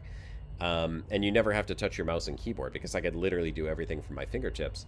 But for exploration, I'm constantly getting out of the Nomad and having to walk on foot, and then I have to reach and use my keyboard and my mouse to do the on-foot stuff, which I find a little bit frustrating. You find the VR combat nice, but having troubles when accessing specific controls like star map and anything else. You have to peek under VR goggles to find the keyboard buttons. So I used to have the same problem even on my X52 Pro Space Fox, because the X52 Pro just did not have enough key bindings for it. Although I will say that the VKB has a lot more hat switches on it, so like each one is like 5 buttons technically, because you can click them as well.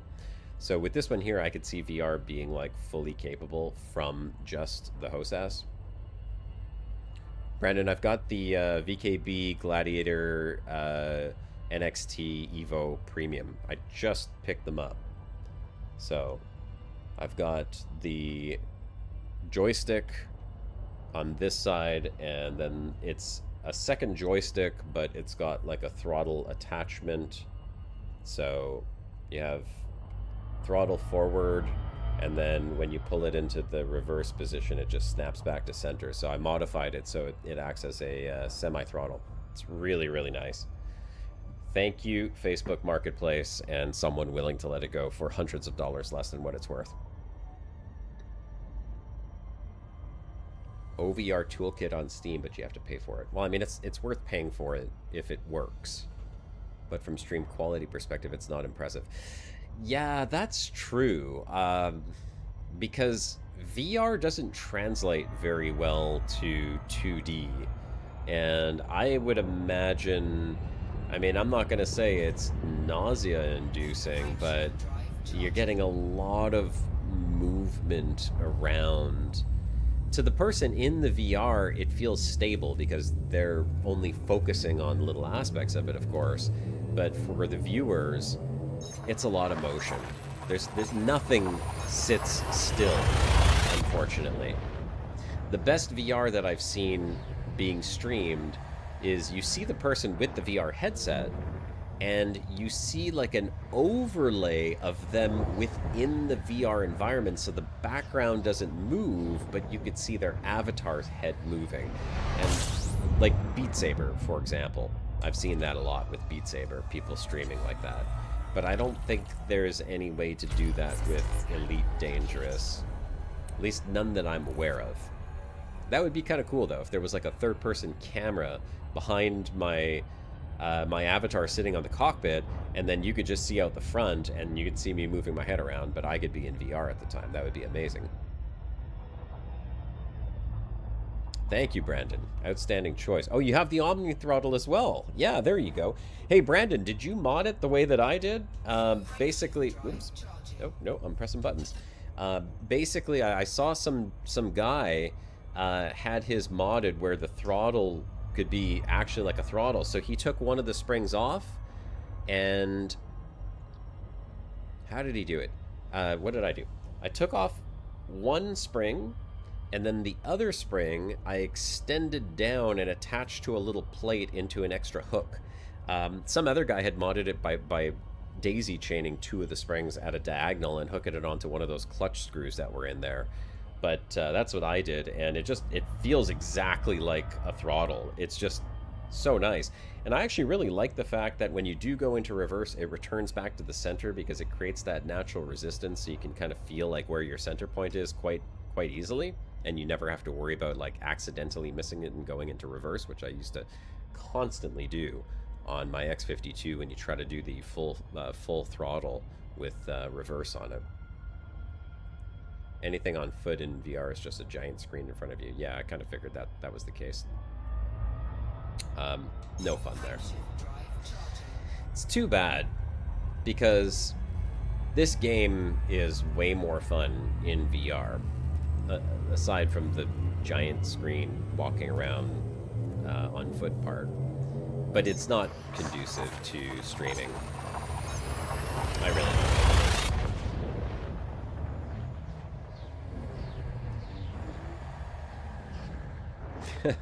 In the big leagues now, Top Laser. I spent a lot more than I felt comfortable spending on this joystick, or on the whole setup, rather, the hostess. But when I think about how much and how many years I will use this, I think it's worth it in the long run. You know, I've gone through a lot of joysticks in my lifetime. I was a flight sim enthusiast ever since I was a little kid.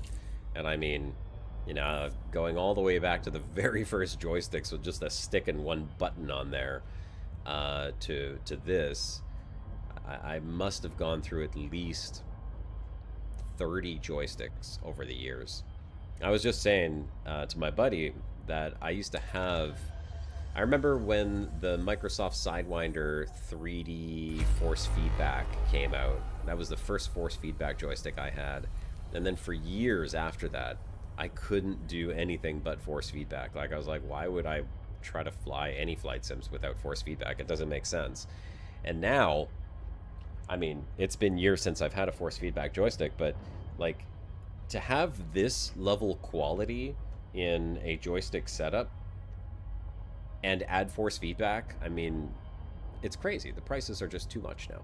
You're probably adding another $1,000 onto your price tag. Like I would have to spend $1,500 minimum to have force feedback with a quality like I've got here with the VKB. So I'm pretty happy with this. No force feedback. Oh well, what can I do? I want to stay happy and married. I don't want my wife to divorce me because I went and spent, you know, over $1,000 on a joystick. It is what it is, right? Frameshift drive charging.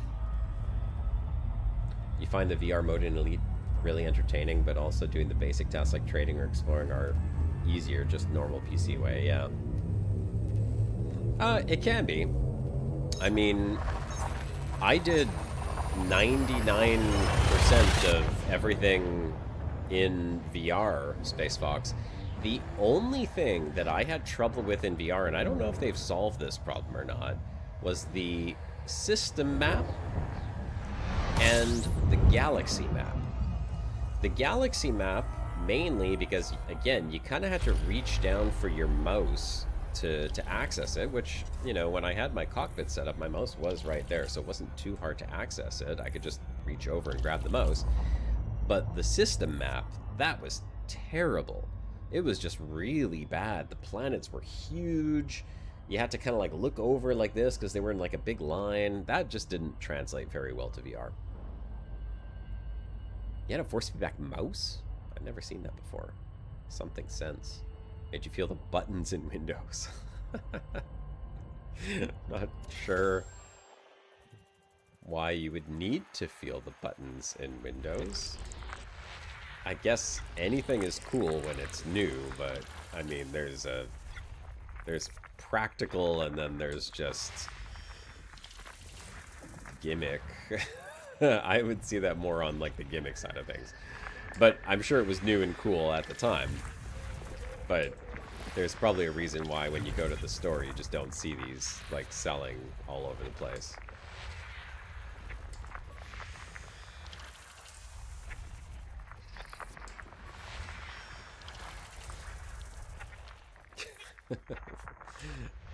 I probably would have bought one though, honestly, if I had known about it whenever they came out. I'm sure I would have had a force feedback mouse on my desk.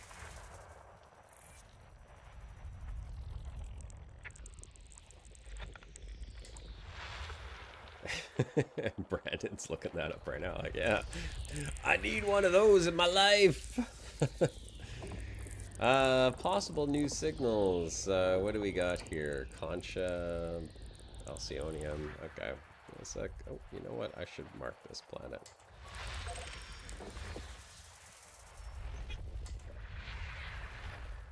Black and White game had extra missions where you had to send specific spots of interest. Black and White, the God game you're talking about? By, what was his name? Was it Robert? Started with an M, the last name. Molyneux or something? I don't remember. Black and White was fun. I heard they're making like a Black and White 2 or some kind of spiritual successor to... maybe not Black and White. Black and White had the pets that you could like raise, those giant god monkey or whatever, if I'm not mistaken. But there was another game that I'm thinking about that was also a god game, and I'm, for the life of me, drawing a blank on the name of it right now. I'm sure someone's putting it into chat while I'm scanning these planets. And that was where you like manipulated the terrain with your godly hand, and you could like pick up the little tribes people and sacrifice them in a volcano. Peter Molyneux, there we go, that was his name.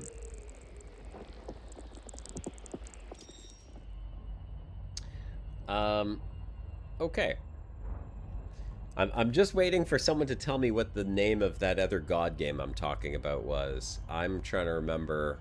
I'm thinking really hard right now. You had your disembodied god hand.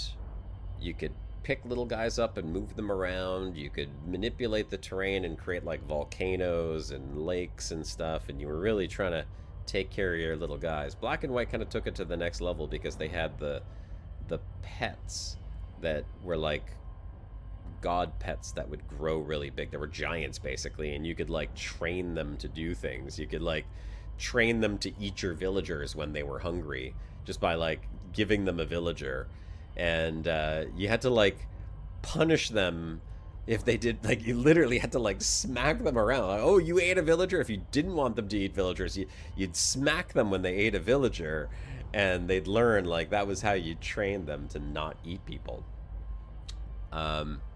And I don't remember if it was Black and White or if it was the other god game that I'm thinking about. Populous, I just remembered. Took a second. It was digging deep down into the memory banks there. Populous. And I don't remember if it was Populous or Black and White, where when you wanted to cast a god spell, you had to like move the mouse around in certain, like a spiral or something like that, and it would let you cast spells, depending on the spell you wanted to cast. Both games were fun. In any case, it is 7:05. I'm a bit over time. Populous mythos. Yes. Populous. Populous was, and unless I am completely out of my mind, let's see. Populous game. Populous. Video game developed by Bullfrog Productions and published by EA for the Amiga in March of 1989, and then quickly the Atari and MS-DOS. Third part of Populous. Okay, here, let's see. What does it say? Populous video game.